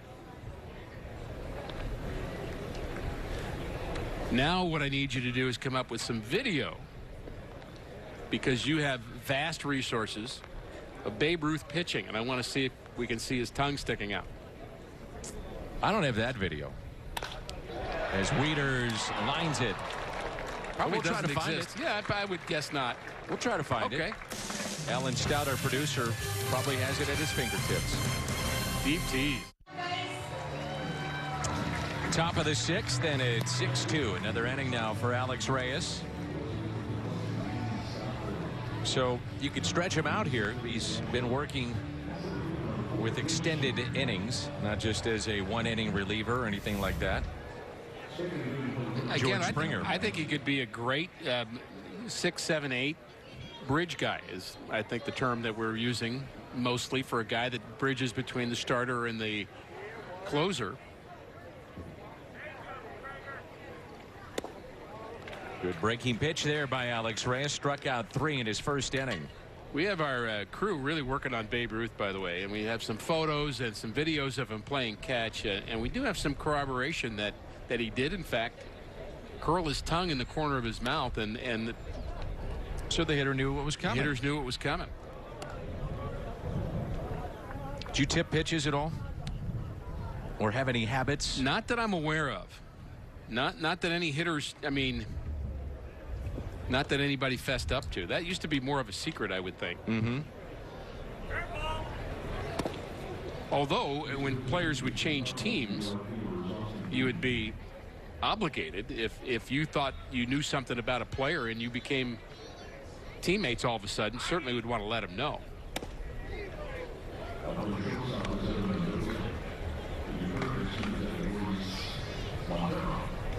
Well, I've heard multiple times fans screaming curveball, fastball, oh, yeah, changeup.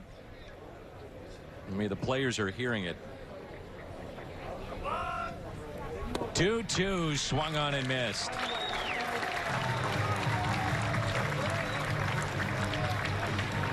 Four strikeouts for Reyes. You know, if there's anybody you'd want to know what's coming with, it'd be Alex Reyes. And you still might not hit it. You might not. Well, I don't know if you saw this yesterday, but Trevor Bauer, who's been so vocal about sign stealing in the game, was actually in a game yesterday pitching and used a traditional glove sign to indicate what was coming. So like what a pitcher would do warming up between innings to tell the catcher, hey, here's fastball, here's curve, here's change. Maybe like a sweeping motion towards the plate would be a fastball, or if you put your arm out and then pull it back to you, that's a changeup. So he's doing that yesterday in live action. I mean, he's entertaining, man. There's no question. I've followed him a little bit this winter, and he's not afraid to say what he thinks. I may not agree with everything that he says, but I certainly didn't agree with him turning around and throwing the ball over the center field wall last year when he was getting taken out of a game. I thought that was a little inappropriate, but it certainly was interesting. Oh, yeah. Well, he's opinionated. He lets it fly, yeah, and I mean, I'm fine with it. Right. The 2-1 pitch. Well, you can't win, right? Some guys are so quiet, and you say, well, I wish you'd say something. And this guy says something, you say, well, don't say anything. Well, the hard thing is, who's saying they want him to say something? Fans do. Who's saying they don't want him to? Teammates. You think all do? Most of them, yes. Yeah. Because that creates a distraction that they're trying to get away from. The game's hard enough. And a fly ball to center, 2 outs. I'm not saying all, but I'd say most. I think one of his teammates said, and I'm paraphrasing, but, well, we know he's opinionated and he's crazy, so we just deal with it. Yeah, right. It's entertainment. Well, the booers haven't stopped. Been a fine day at the ballpark for Alex Bregman. It's grounded into a couple of double plays, and he's 0 for 2.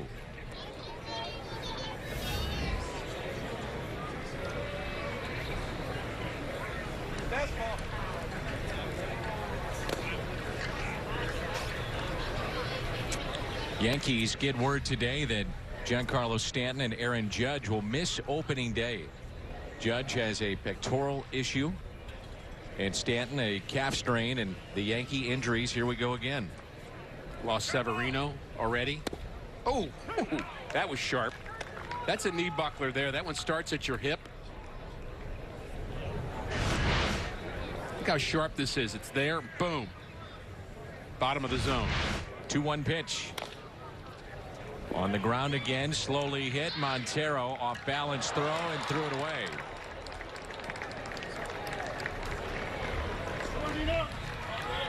It's Austin Dean in right backing up on that play.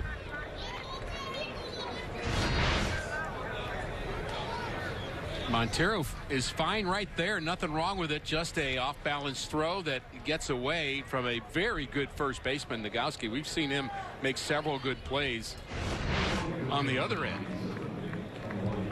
And that's good. That's a pretty dangerous play for a first baseman too, Dan. When you're coming across the bag with the runner bearing down on you, you can get hurt, especially a right-handed throwing first baseman, because you're trying to catch it and your arm gets exposed. I've seen several injuries, shoulder injuries from that particular play. We're hearing more and more from players and people in the game saying just take electronics completely out of the game from the first pitch on. Sign me up.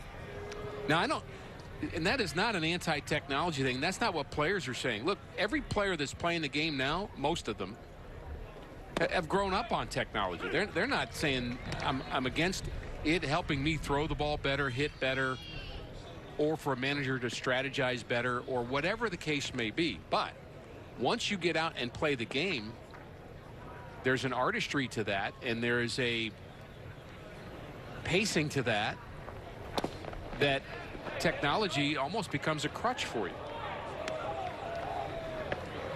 I mean, how many times do we have shots with a pitching change and immediately the player going right to an iPad to look at video or numbers, that kind of thing? No iPhone, no phones, no iPads, no Apple Watches, and no players going into the video room. I would be all for that.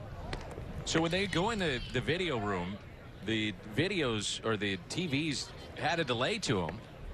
So you're watching the game, and all of a sudden those guys would hear the crowd go crazy because a home run was hit. Then they'd see it 8 seconds later. But still, they're evaluating at bats and whatnot in the game.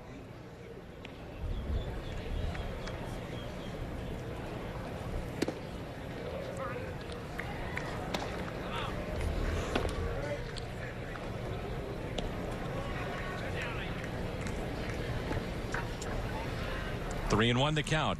There's an iPad moment. And, you know, look, Bregman, he was at the plate, right? He saw it. What is it? Honestly, what's he need to see, Dan, that he can't feel? And what does he need to see right now that he can't see tonight or tomorrow? Mike Maddox out to visit. It's Lance Berkman, I believe, working there with the third baseman, Bregman. And by the way, why not paying attention to your teammate that's at the plate? However, though, to flip it, just devil's advocate here, there's Lance Berkman, and they see that he's out in front, I'm assuming. That's what he was just showing him. Right. And then all of a sudden, you make that correction on the fly in the game. So, I mean, I see both sides of it. Well, right. But if he's out front, and Lance Berkman sees it, and Lance Berkman tells me I'm out front, I think I know everything I need to know. As an MLB player, you know. As a baseball player, you know. Yeah, you're out front. Now, if I trust him, I mean, there's a trust factor with that. Mm-hmm. But what about if you say, I feel great, I knew it, and they tell you you're out front, and they, well, I don't know, I still feel, you know, but the video backs it up. then the coach says, well, then keep making outs, and when you're ready to learn, come back to me. A strike to Correa, 0-2. I mean, your results, they tell it, don't they? Yeah. I mean, he rolled that ball over to third base, so he probably was out front. And, you know, he's a pretty good hitter. 41 big flies last year. He kind of knows what he's doing. Yeah. Curveball outside, and it's 1-2. And even if it does help you, Dan, I think for our fans in 2020 to realize that we're not going to watch a bunch of players on iPads. I mean, come on. Takes away the experience. Just take it out. Yeah. Yeah. 1-2 the count.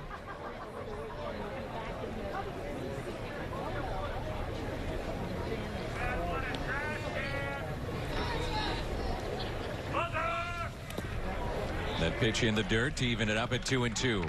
You can't have iPads in the booth, though. We need them. Well, we'd be in trouble without them, wouldn't we? Finding numbers, information, history, those kind of things. Well, when we review our innings and, you know, we're a little out front of something, then, you know, you kind of got to stay back. We'll check out the video and make adjustments on the fly. 2-2.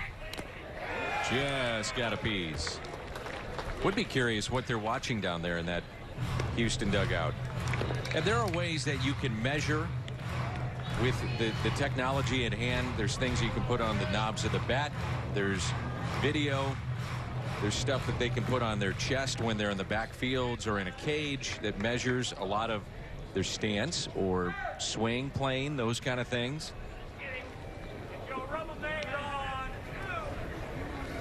And the 2-2 puts it in play. Another chance here for Montero across the diamond. Through that one. 6-2 St. Louis. 2020 Cardinals Hall of Fame voting. It is open for you right now. It started on Sunday. Brian Finch of the Cardinals Hall of Fame and Museum telling me that they're getting record numbers of votes. It's great. It's exploded. Now live through April 17th. And you can vote for 2 candidates at cardinals.com/HOF, presented by Edward Jones. They're the candidates this year, and 2 chosen by the fans as Dylan Carlson looks at a strike, and we're underway in the home half of the 6th. Carlton, Hernandez, Herr, Morris, Renteria, Smith, and Tudor. Another good challenge here for Dylan Carlson. Face a guy who was a big leaguer a season ago and a top prospect for the Astros. 0-2 the count. And he hits it off the mound. It's backhanded. The shift was there. Carlson getting down the line. They get him by a step. Pretty good swing. 0-2. He's just done a lot of the little things right. 0-2. He chokes up, puts it in play. Put it in play. If it doesn't hit the mound, it's a base hit. Yeah.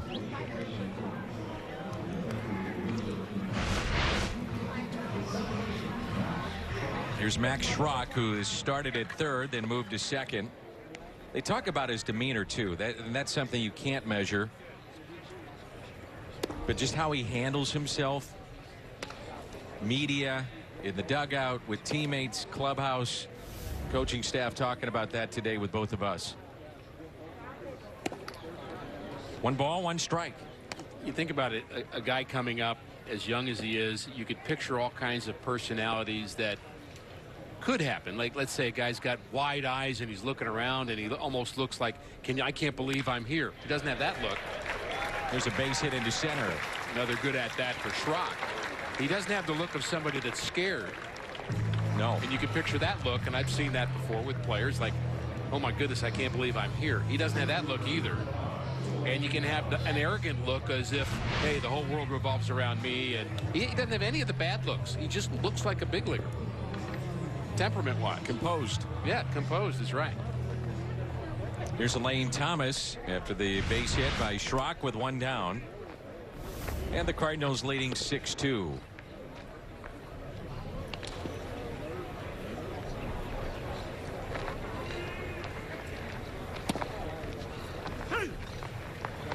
Is this your first prediction of a home run this year? Yes, it is, and it was non-verbal. But you know about it. That's not verbal. I showed it to you, didn't I? The bow and arrow. I gave you the Fernando Rodney. Yep. And that's the first time I've done it this year. I have a feeling. First one. We do it after great moments in the booth. Yes, we do. We do our little Fernando Rodney thing. Point to the sky. I'm glad there's not a camera on us when we do that. Be kind of embarrassing. Uh-oh. I just got caught.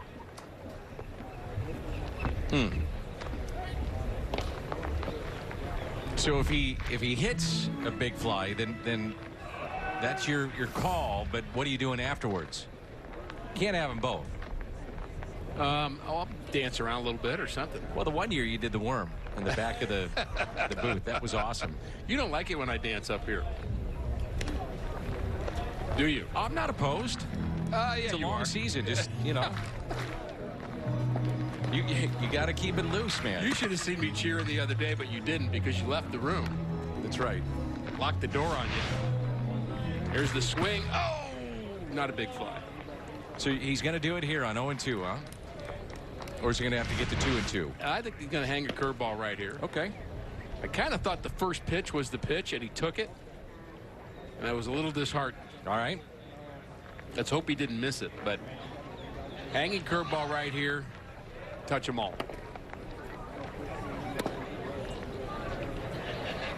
Curveball. Didn't hang. I felt if he's going to do it, he's going to have to get to 2-2. Well, we're splitting hairs here. We would be very excited if he did it, wouldn't we? No question. For Lane, it would be his second of the spring. And the 1-2. Ooh, that was it. Oh, my goodness. That was it. That was it. Oh, no.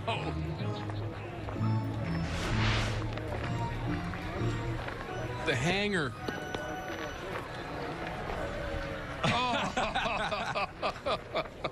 It's nice to make a replay, isn't it? It is. Here's 1-2. And a strikeout. Nice job, Ricky. That was a little anticlimactic, wasn't it? It was, but you got your hanger. You were close. I did. Well, You just missed it. Yeah. Well, sometimes it works, Dan. Sometimes it doesn't. I get it.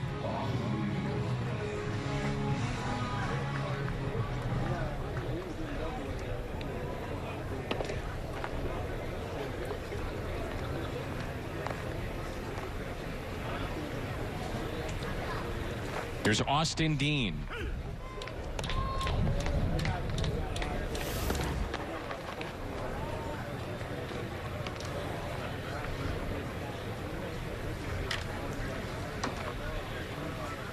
Seeing Dean primarily in the outfield, little infield at first base. Goldschmidt was dealing with a sore elbow. That was earlier in camp, and now it's 0-2. A lot of talk about how guys are trying to shorten up their swings, right? Because the velocity of the pitchers in baseball today is just ridiculous. It's just incredible. Just the fifth strikeout of this game. It was the strikeout of Lane Thomas, and we saw some big numbers last year, didn't we? Yeah. And a strikeout there of Dean. And the seventh inning rolls in, and Ricky, he wanted his big fly. Oh, so close. That was Fairmount Park. Call the post. And answering the bell today, Alex Reyes. As you mentioned, inconsistent at times, but man, you see the flashes of his brilliance and what he brings. 4 punch-outs in 2 innings for Alex Reyes. He had a good slider, showed that. There it is. Good curveball. And we saw some good change-ups from him. Just a couple of mistakes in that first inning, and that led to the 1 run, but a really good showing for Reyes. Hudson before him. And now we get another chance to look at Matthew Liberatore. Liberatore, part of the big deal in the offseason. Coming over from Tampa Bay last season in the minor leagues, and reunited with his childhood best friend, Nolan Gorman. Those two very close and are roommates down here in spring training. Played at rival high schools, but they played on the high-level travel teams together. He's had a couple of outings where, like Reyes, you look at it and he'll snap off a couple of these curveballs. You go, wow. And he's one of the reasons why the Cardinals in certain rankings have had their minor league system bumped up into the top 10. And he's in the top 3 or 4 prospects of the St. Louis Cardinals. And he also has a good fastball. That one at mid 95 miles an hour. Matthew Liberatore. The stuff is there, no question about it. Just some refining to do and some, well, just getting older. Experience.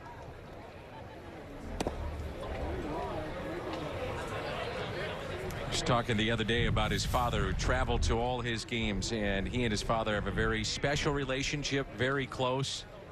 First guy he'll talk to after games, before games. Curveball, and he struck him out, kept in front by Hernandez to Nagowski, and that's the first out. But again, it's very good stuff, but being consistent to get to the next level. Yeah, a lot to like with this. There's the delivery of Liberatore. Very sharp breaking curveball here, and the curveball was what got him in trouble in this last outing that we saw. He was spinning it and hanging it a little bit, and Dan, that's going to happen in spring training, for goodness sakes. I mean, he's got so many things on his mind, and I'm sure he feels a lot more comfortable right now, and boy, he's pitching like it. 96 on the gun.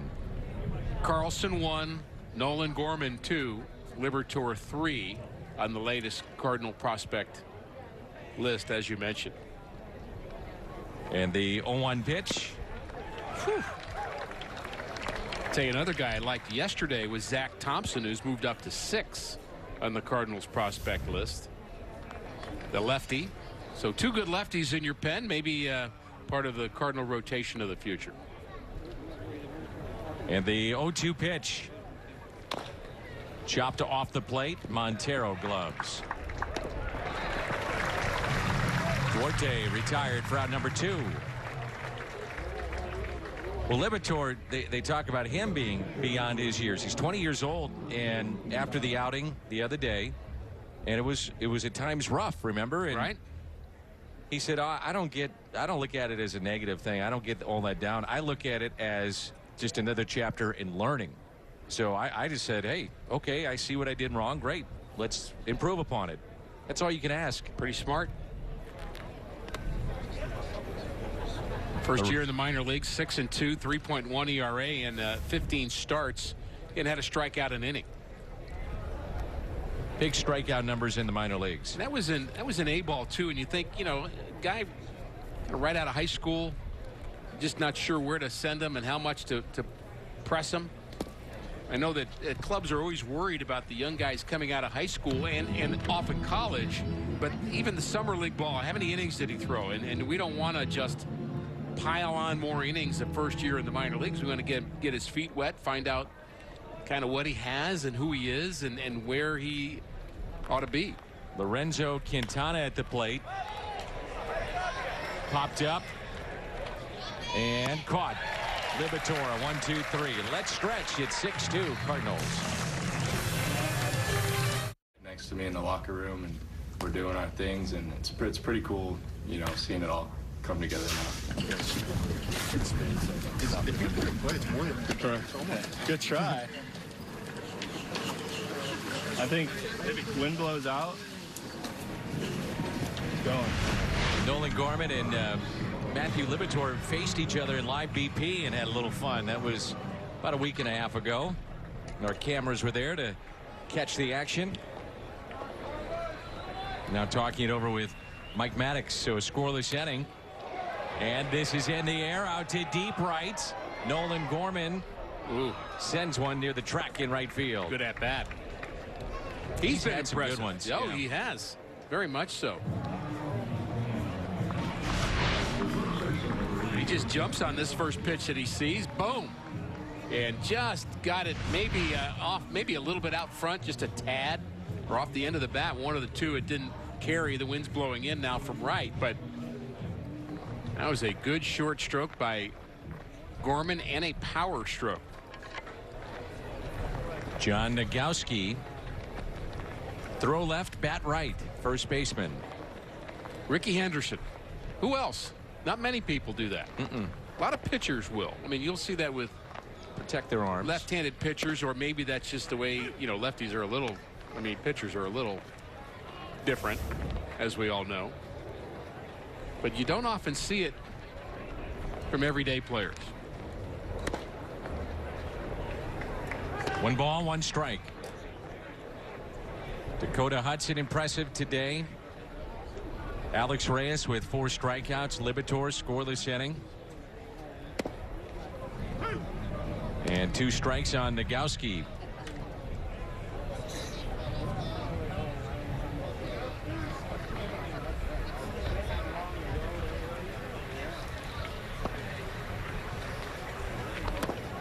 I still think the single craziest thing I've ever seen in a baseball game ever was Joaquin Andujar, who threw right-handed and batted right-handed. But he went up the bat too. But he went up left-handed, just kind of for fun. And we've already mentioned Babe Ruth in our broadcast. He did a Babe Ruth thing in the on-deck circle.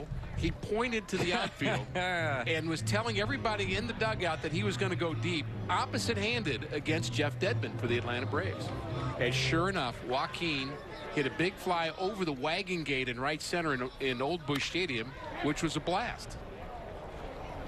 Incredible. Out to center. What did he have to say when he came in the dugout? Well, he probably talked for about a month about it with Joaquin, but we just didn't listen to Joaquin, basically. Ozzie was in charge of calming him down.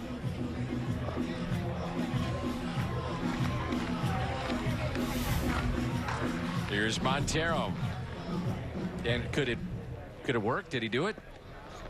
Did he calm? Oh yeah. Ozzie had the secret sauce. Whitey couldn't. Whitey just left it to Ozzie. Okay. Ozzie would typically get Joaquin distracted and put him in his place by hiding a rubber snake in his locker because he was deathly afraid of snakes. So that was kind of the way to get Joaquin's attention, that, okay, let's rein it back in. Come on back. Yeah. Well, you guys had some characters on those teams. Joaquin was right up there for sure. Ball and a strike on Montero. 1-2. Don't you think baseball breeds characters? I mean, we had Carlos Martinez working the camera for a couple of innings yesterday. Carlos certainly a character with great personality. Sure. John Brebbia is a little different. Reminder, the Cardinals Kids Club presented by Rawlings, the exclusive fan club for kids 13 and under. Just $33. Join us at cardinals.com/kids club. Tyler Webb throwing in the Cardinal bullpen. And the 2-2. Late call struck him out. We'll hear from the great Willie McGee coming up. Cardinals Hall of Famer Willie McGee working with the outfielders day in and day out. How are things going for him this far in this camp?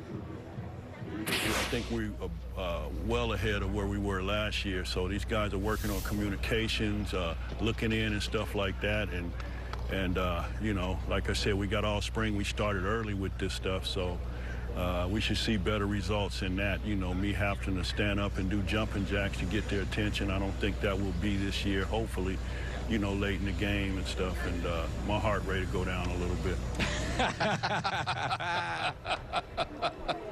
I also asked him, I said, well, what do you do with Dylan Carlson? What do you do with him? And he said, I tell him, get away from me. You're doing everything right now.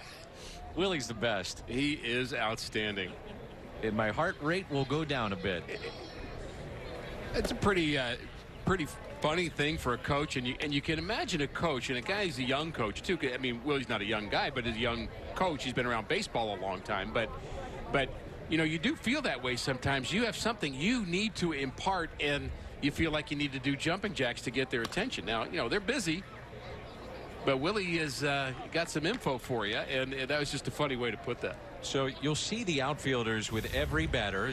There are the numbers for Tyler Webb, and he's had a good camp, but they go to their back pocket. They look at the scouting report of the hitter, and positioning is a part of that. Willie will do that as well, and if he sees something, then he'll get their attention with it.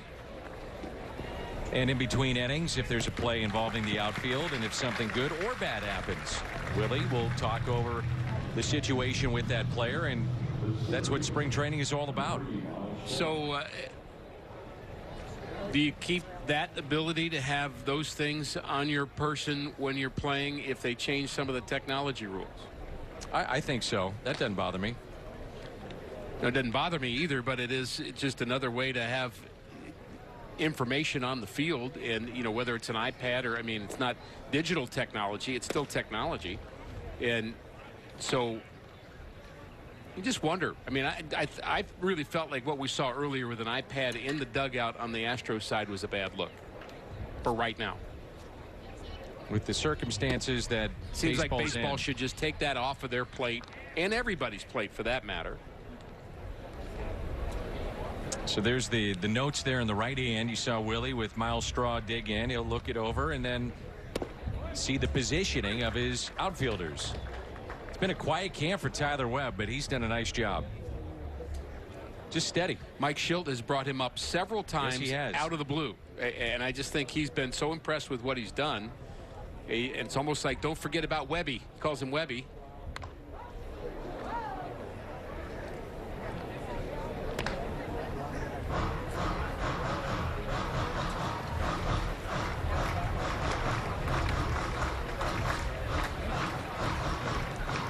We're in the top of the 8th. 6-2 Cardinals. 2 runs second inning, 1 in the third, 3 in the fourth for St. Louis. And the 1-2 pitch to Miles Straw. Out of play. And that positioning, as we know, Ricky, changes pitch by pitch and with counts. Sure does. Situations. It's a lot to know.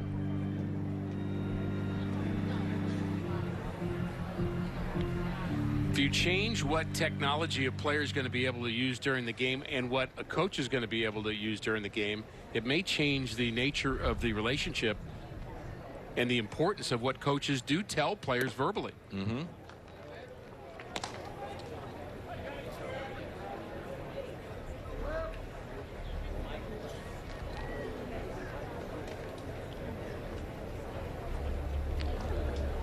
Willie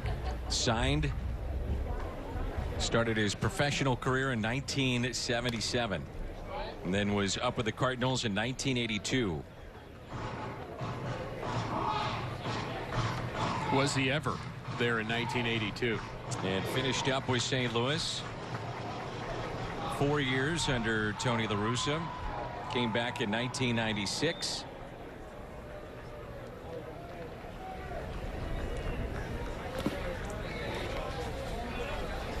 And was done in 1999.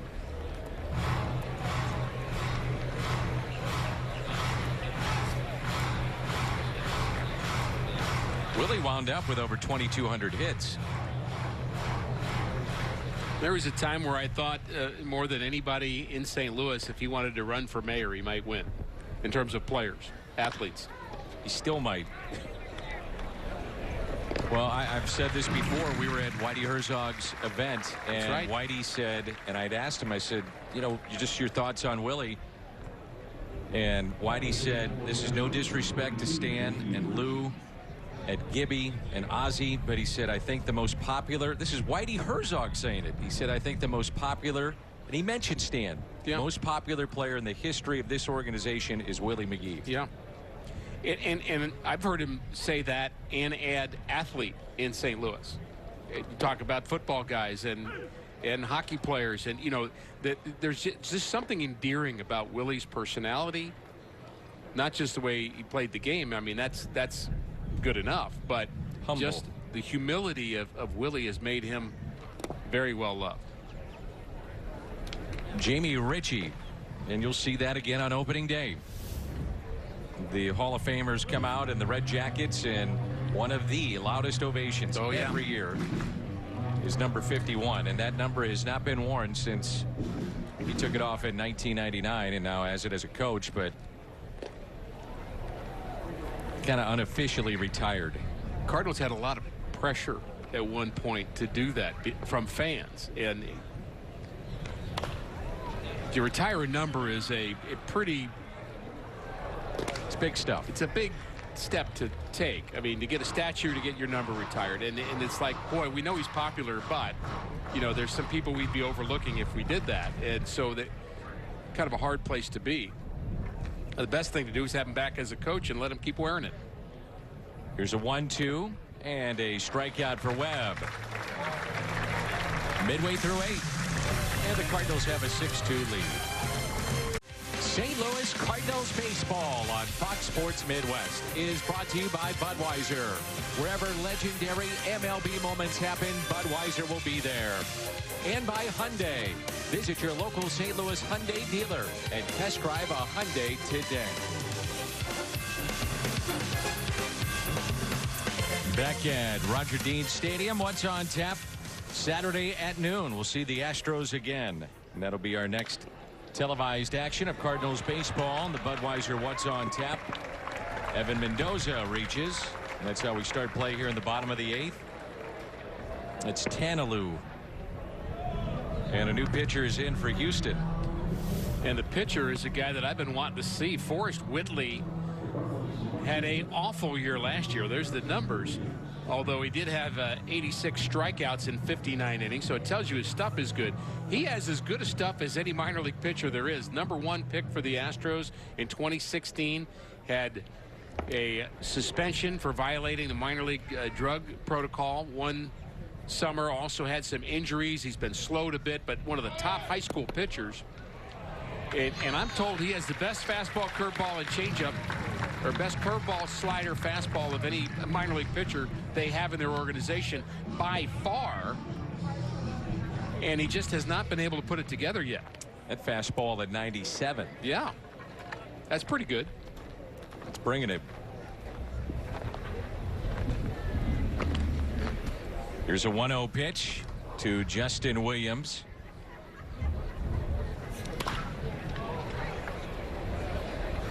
And it's 1 ball and 1 strike.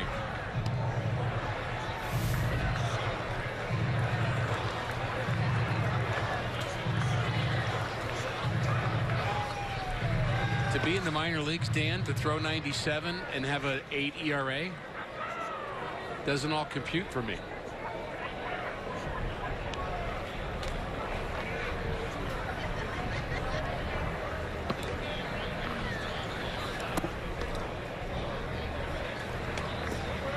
I'm not sure what that foul ball did 2 pitches ago, but got somebody's attention. It's got mine. I'm not sure if it may have hit a bird.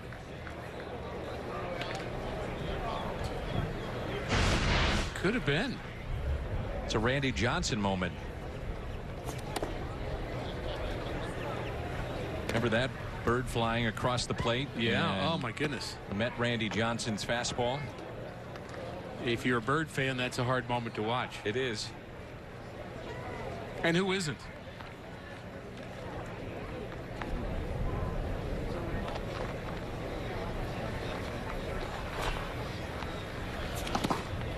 Whew. 95 there on the gun. 3-2 the count.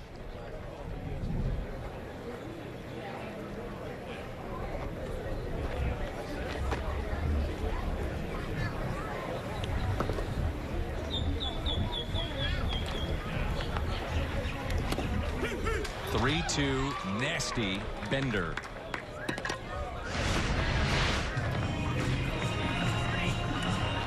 Plays of the game presented by Budweiser. Right off the top of our telecast, one of the top defensive plays you will see all year. Incredible. And then it was Goldschmidt, his 2nd home run this spring. Matt Wieters went deep as well. Let's hope you see a lot of those 2 things, but you're not going to see a lot of those plays that Colton Wong made. I mean, that was ridiculous. You know, I think about how much work Paul DeYoung and Colton Wong did starting in December, not January. They were down here in December working together with Jose Oquendo. Oscar Hernandez pops it into shallow left, fair territory. Catch is made. And then we were down here for the fantasy camp and saw them just a good hour to an hour and a half working with Jose Oquendo and just dripping in sweat. I didn't see him work on that play. No, that's not one that you probably work on. But that's athleticism and hard work coming together. Exactly. It's been a good day here for Max Schrock. Had the RBI double off of Verlander, a single. 2 outs and a runner at second base.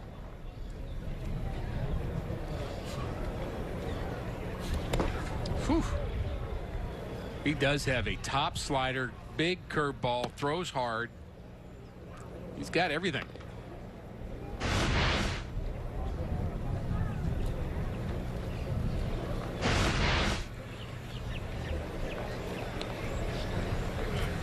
Here's a 1-0 pitch to Max Schrock.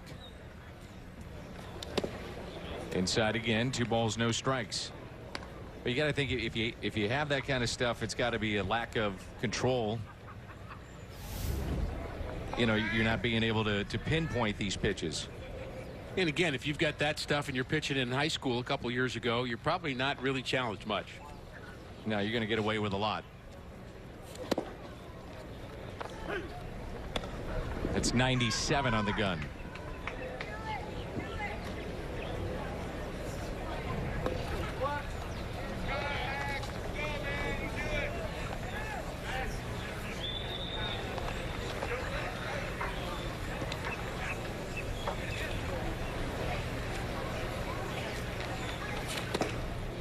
Three and one.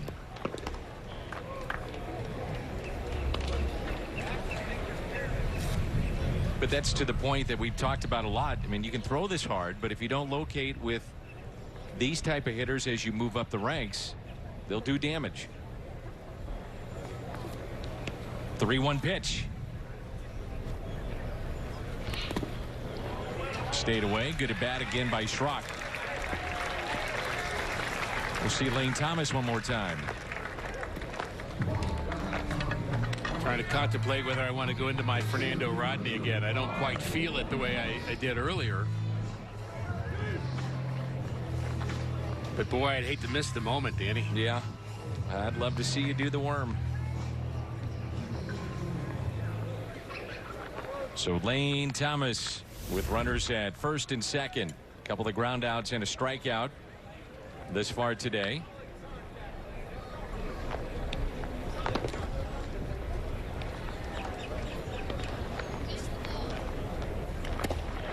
Whew.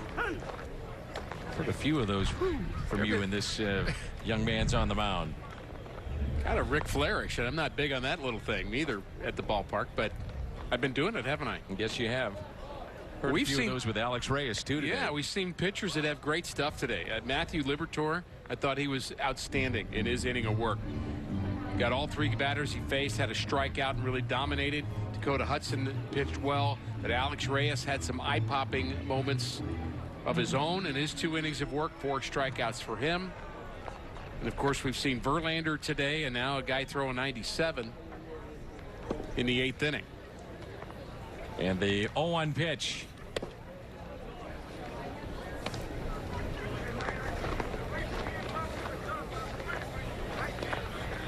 Thomas trying to extend the inning to Austin Dean. A ball and a strike on Lane.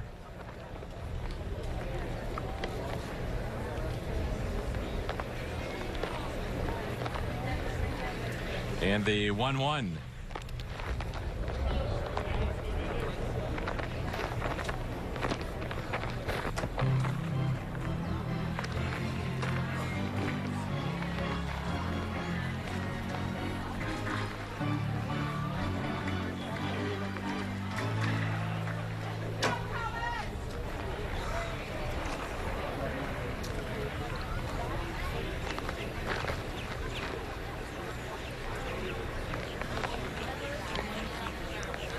The 2-1 pitch. 2-2.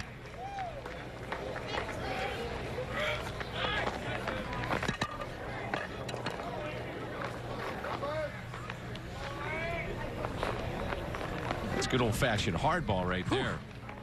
It's fun. Well, I'd like to see him get one right on the sweet spot right here at 96. How far would that go? The strikeout of Thomas. Not very. That's why I didn't predict the home run there. You sure about that? I'll never tell. 6-2 is presented by the authority of the St. Louis Cardinals. It may not be reproduced or retransmitted in any form, and the accounts and descriptions may not be disseminated without the express written consent of the St. Louis Cardinals. 6-2 St. Louis. This could be an option for closing in 2020. Giovanni Gallegos.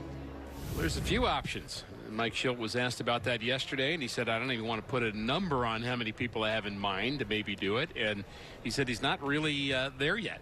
And he will be in a week or two. I'll have to start thinking a little more seriously about how he wants that bullpen to lay out. And he and Mike Maddox will get together on that, I'm sure. But Gallegos in the mix because of what he did last year. Nick Tanalou. First 20 appearances, and then the final 46. 51 innings and 9 earned. Very impressive year for Giovanni Gallegos. We talked about the Yankees with their bad news concerning their opening day roster with Stanton and Judge, and Chris Sale MRI on his elbow, and that's being sent to Dr. James Andrews. Lefty with the Boston Red Sox.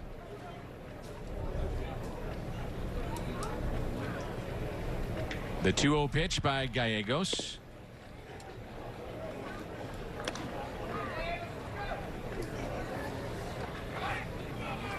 Three and 0.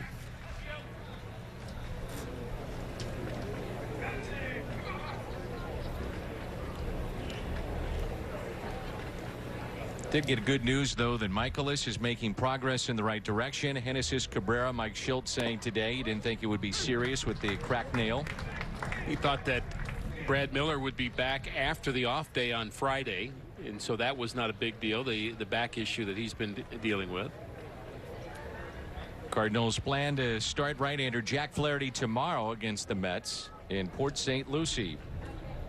Be Jack's third start of the spring. He said in his last start he had a very efficient first inning, and then this is what happens in spring training. You're allowed to tinker and you know, use some of those things that maybe you're doing in a bullpen session into a game. And he's got that leeway. He's going to make the team. He's the opening day starter, and he's trying to add to his arsenal.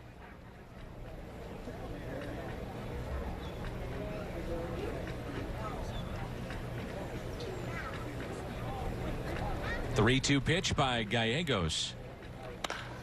I think it's one of the more interesting questions, and you've already asked it, about closing. That's yet to be determined. Not a lot of questions about who's going to be where. I mean, there's maybe a reliever or two, or the rotation, the fifth spot, and starter reliever, and you know, injuries may tell that. Maybe the utility role with Munoz out has changed a little bit. Dylan Carlson, where does he go? Yes, they're all interesting questions, but I think the biggest question is right now, who or what of a group of people are going to be pitching in the ninth.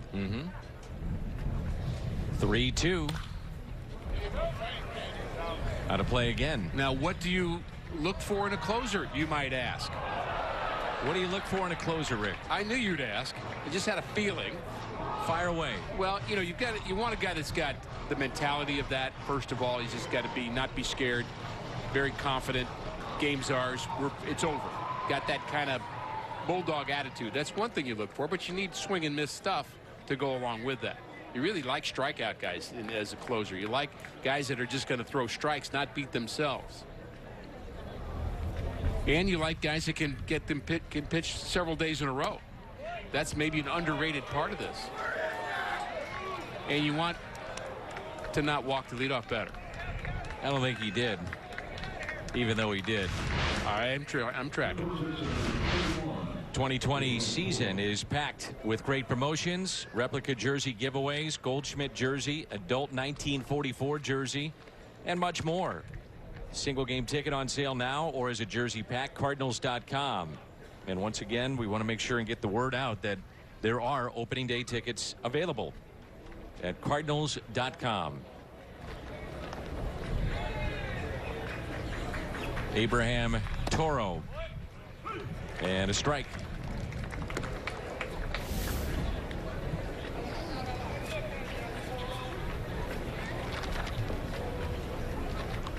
Blues hockey coming up later tonight, 5:30. Blues and Rangers. Missouri Valley Conference tournament this weekend to go along with a little baseball as well. All on Fox Sports Midwest. Good pitch there. Had him way out in front.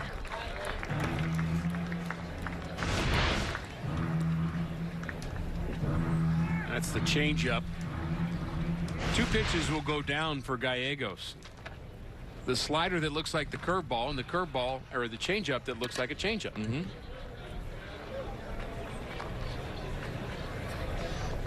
And the 0-2 pitch by Giovanni Gallegos. And notice he'll step off. Just kind of flipping through the internet today, and one of the other things that I found, we talked about the catchers framing pitches earlier, but I saw another thing about the use of technology to have video, and you're actually using kind of simulated video of other pitchers, so you can almost a virtual reality moment. It is a virtual reality moment where you can actually see Gallegos pitching to you. So hitters can dial up Gallegos, or they'll dial up Matthew Liberatore, and without actually facing him, they can have the experience of seeing what it looks like and what the ball comes out of his hand. Think about that technology for a hitter. It's a lot.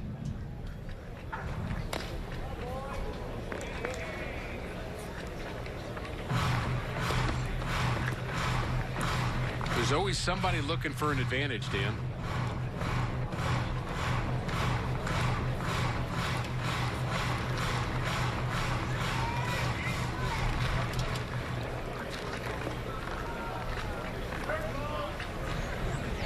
One ball and 2 strikes on Abraham Toro.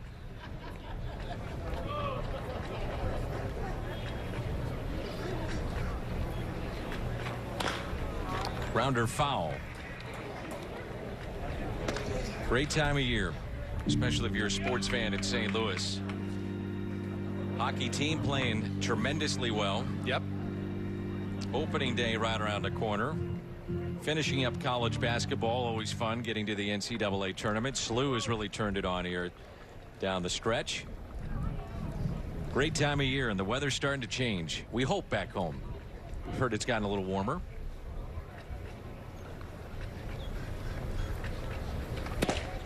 And you know me, Ricky, I'm in a bubble down here. It's backfields to home, backfields to home. Rinse and repeat. There's several people, and I won't name who they are, have been circulating a petition to name one of the backfields after you. Is that right? Yeah. I mean, you've been back there so often. And are you saying? I think fans would think that you're mocking that. Well, you're on field. You're on Okendo Field 1. You're on McLaughlin Field 2. And yeah, I mean, it's progress. Love the backfields. Hey, group tickets. You ready to hear about those?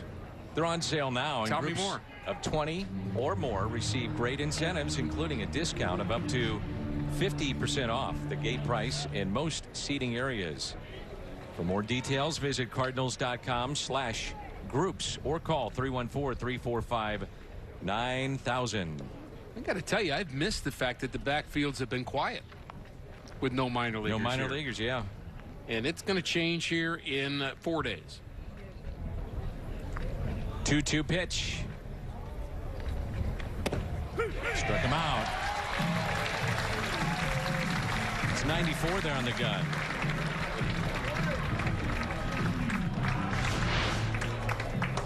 Good movement, too. Well framed.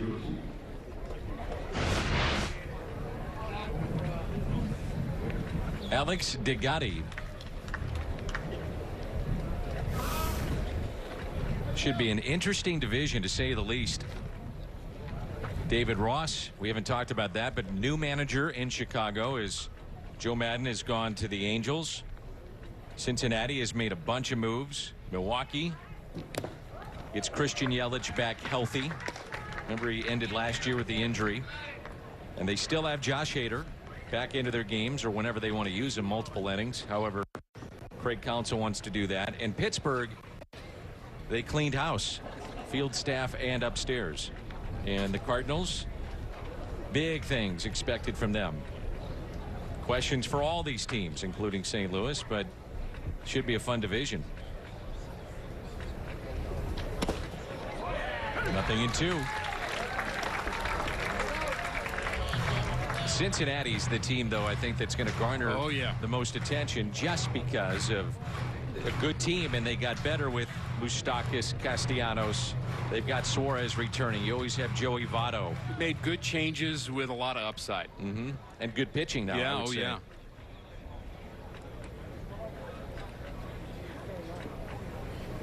Here's the 0-2. In the dirt. We'll see the Reds 3 weeks from Thursday.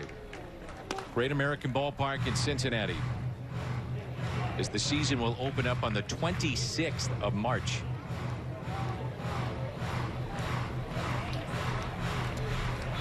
Seems strange, doesn't it? I always looked at April as being opening day. Right. And it's getting earlier and earlier. Now, that may change next year. You've got the World Baseball Classic. We'll see if it gets pushed back because of that.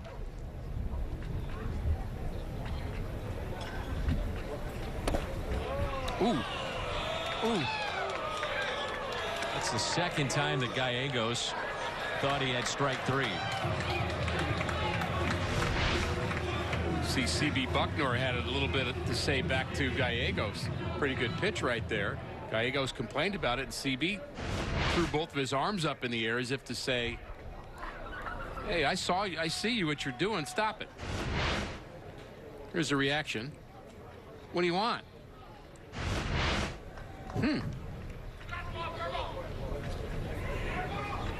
The 2-2. Ground ball, left side. Montero across the diamond and threw it away.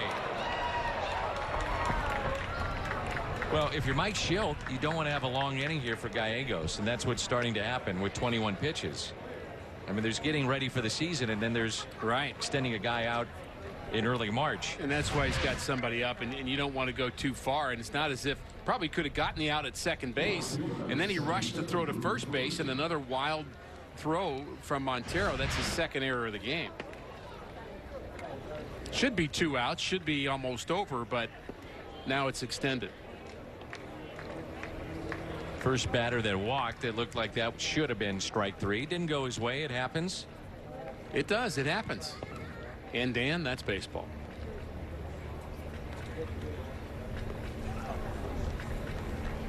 This is Drew Ferguson, and that's a strike. Well, here's Gallegos, where last year you come in and he'll get you a strikeout or that ground ball in these key spots. Saw that a lot with John Gant as well with the double play. Sure did. Well, wherever they are being used, they will be important. Gant, Gallegos, Brebbia, all of them. Popped up. Schrock did not see that ball for the first 3 or 4 seconds. It was up in the air, and he had to have somebody tell him where it was.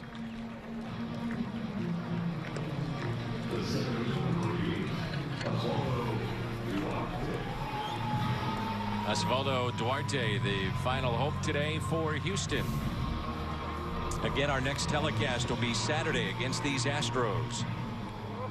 And we will come your way at noon at St. Louis time. Hockey tonight, 5:30.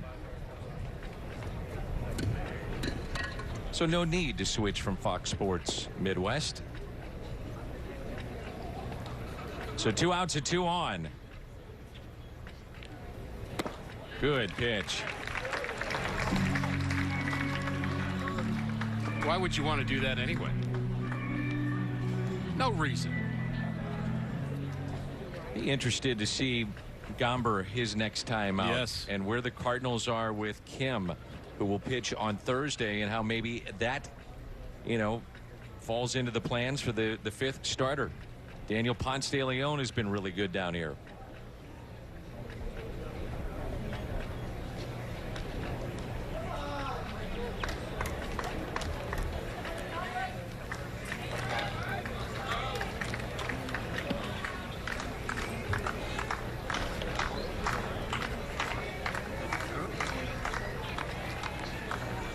Here's an 0-1 pitch. Runner goes from first, fouled back, 0-2. I'd be hard pressed to say which pitcher if I like the most because there's so many of them that have shown well. You mentioned Ponce de Leon, Austin Gomber.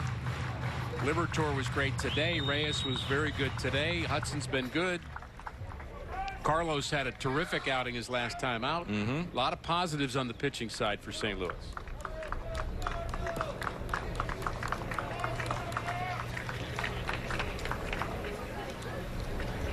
The 0-2 pitch from Giovanni Gallegos.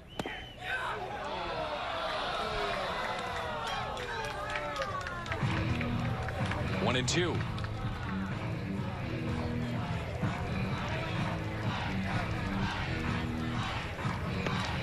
Well, base hit could make it a 2-run Cardinal lead and bring the tying run to the plate.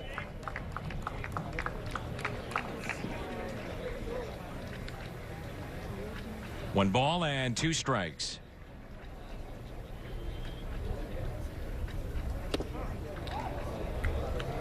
That's pitch number 26 for Gallegos. You got to think this is it one way or another. I would say so.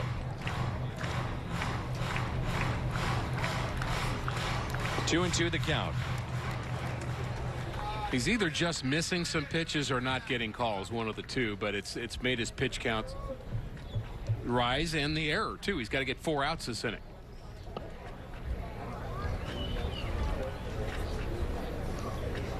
And the 2-2 pitch.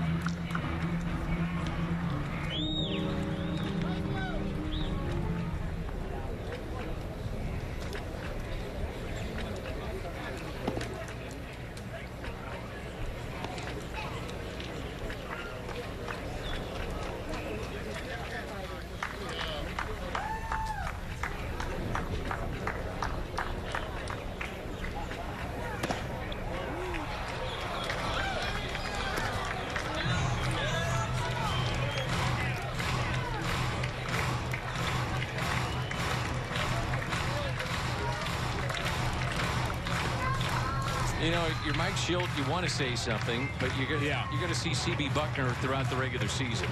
Pick your battles. Pick your battles.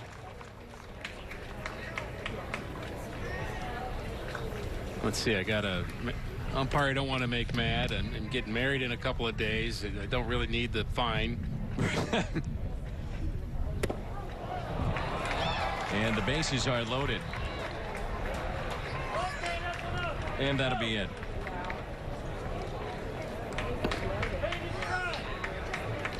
So Mike Schilt will go to his bullpen. That'll be it for Giovanni Gallegos.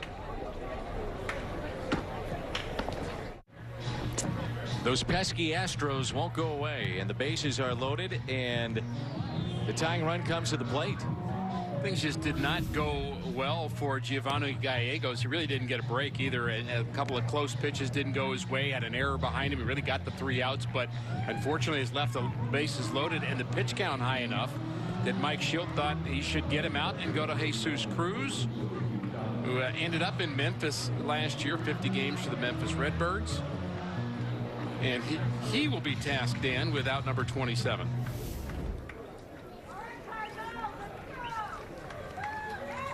Lorenzo Quintana, with the bases loaded for Houston, represents the tying run at the plate. 6-2 Cardinals here in the 9th. And that's ball 1. This is eerily reminiscent of the ball game against Houston the other day. Cardinals And Ortega picked up a home run with 2 outs in the top of the ninth to take a lead, and then we saw 5 walks. A base hit and 5 walks in the bottom of the ninth.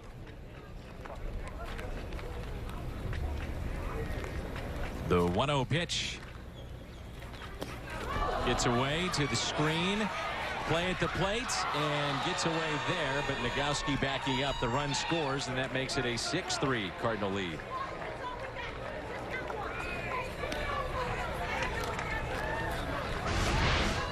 Well, it's gotten a little sloppy again. This happened a couple games for the Cardinals this spring where things have gone really well and they've just had a hard time finishing it. And boy, it does make you think, Dan, about the 3-batter minimum rule. What if you've got a guy that literally just can't throw a strike? And it'll happen inevitably somewhere, sometime. Yeah, right. And you're like, you know what? I know he's not right.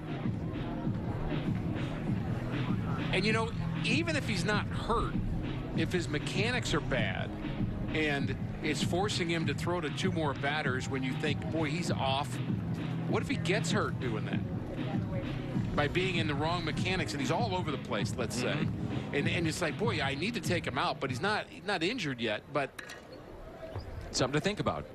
It's another thing that we've created. Second and third, 2 balls, no strikes with 2 outs.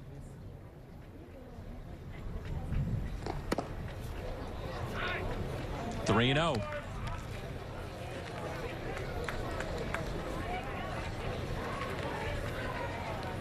It's going to be okay, Dan.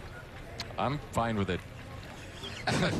Just making sure you weren't. I'm good. I didn't want you to get too down. No, I'm not down at all. I'm in a ballpark. All right, man. exactly. Okay. I'm happy. All right. Just checking on you. That's all. I don't care how long it takes. I don't care rule-wise. Yeah. It's all good, man. Yeah, it's Major League Baseball. Of course. And I know you feel the same way.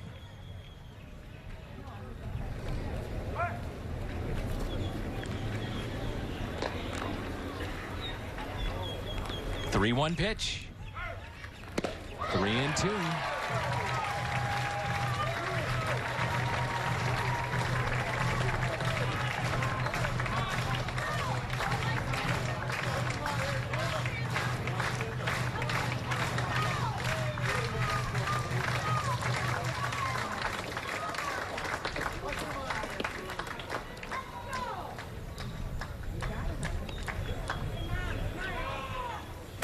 Got him. And the game comes to a close with a strikeout. 6-3 the final. Never a doubt, Danny. Are you kidding me? Never a doubt. At the ballpark, 80 degrees, beautiful afternoon. The Cardinals with a couple of home runs. Matt Wieters and Paul Goldschmidt and several pitchers had really good afternoons. And Colt Wong made the play of the year. For sure right now. It's the early leader. Yes, it is. And it might stay. 6-3. We'll wrap it up in a moment.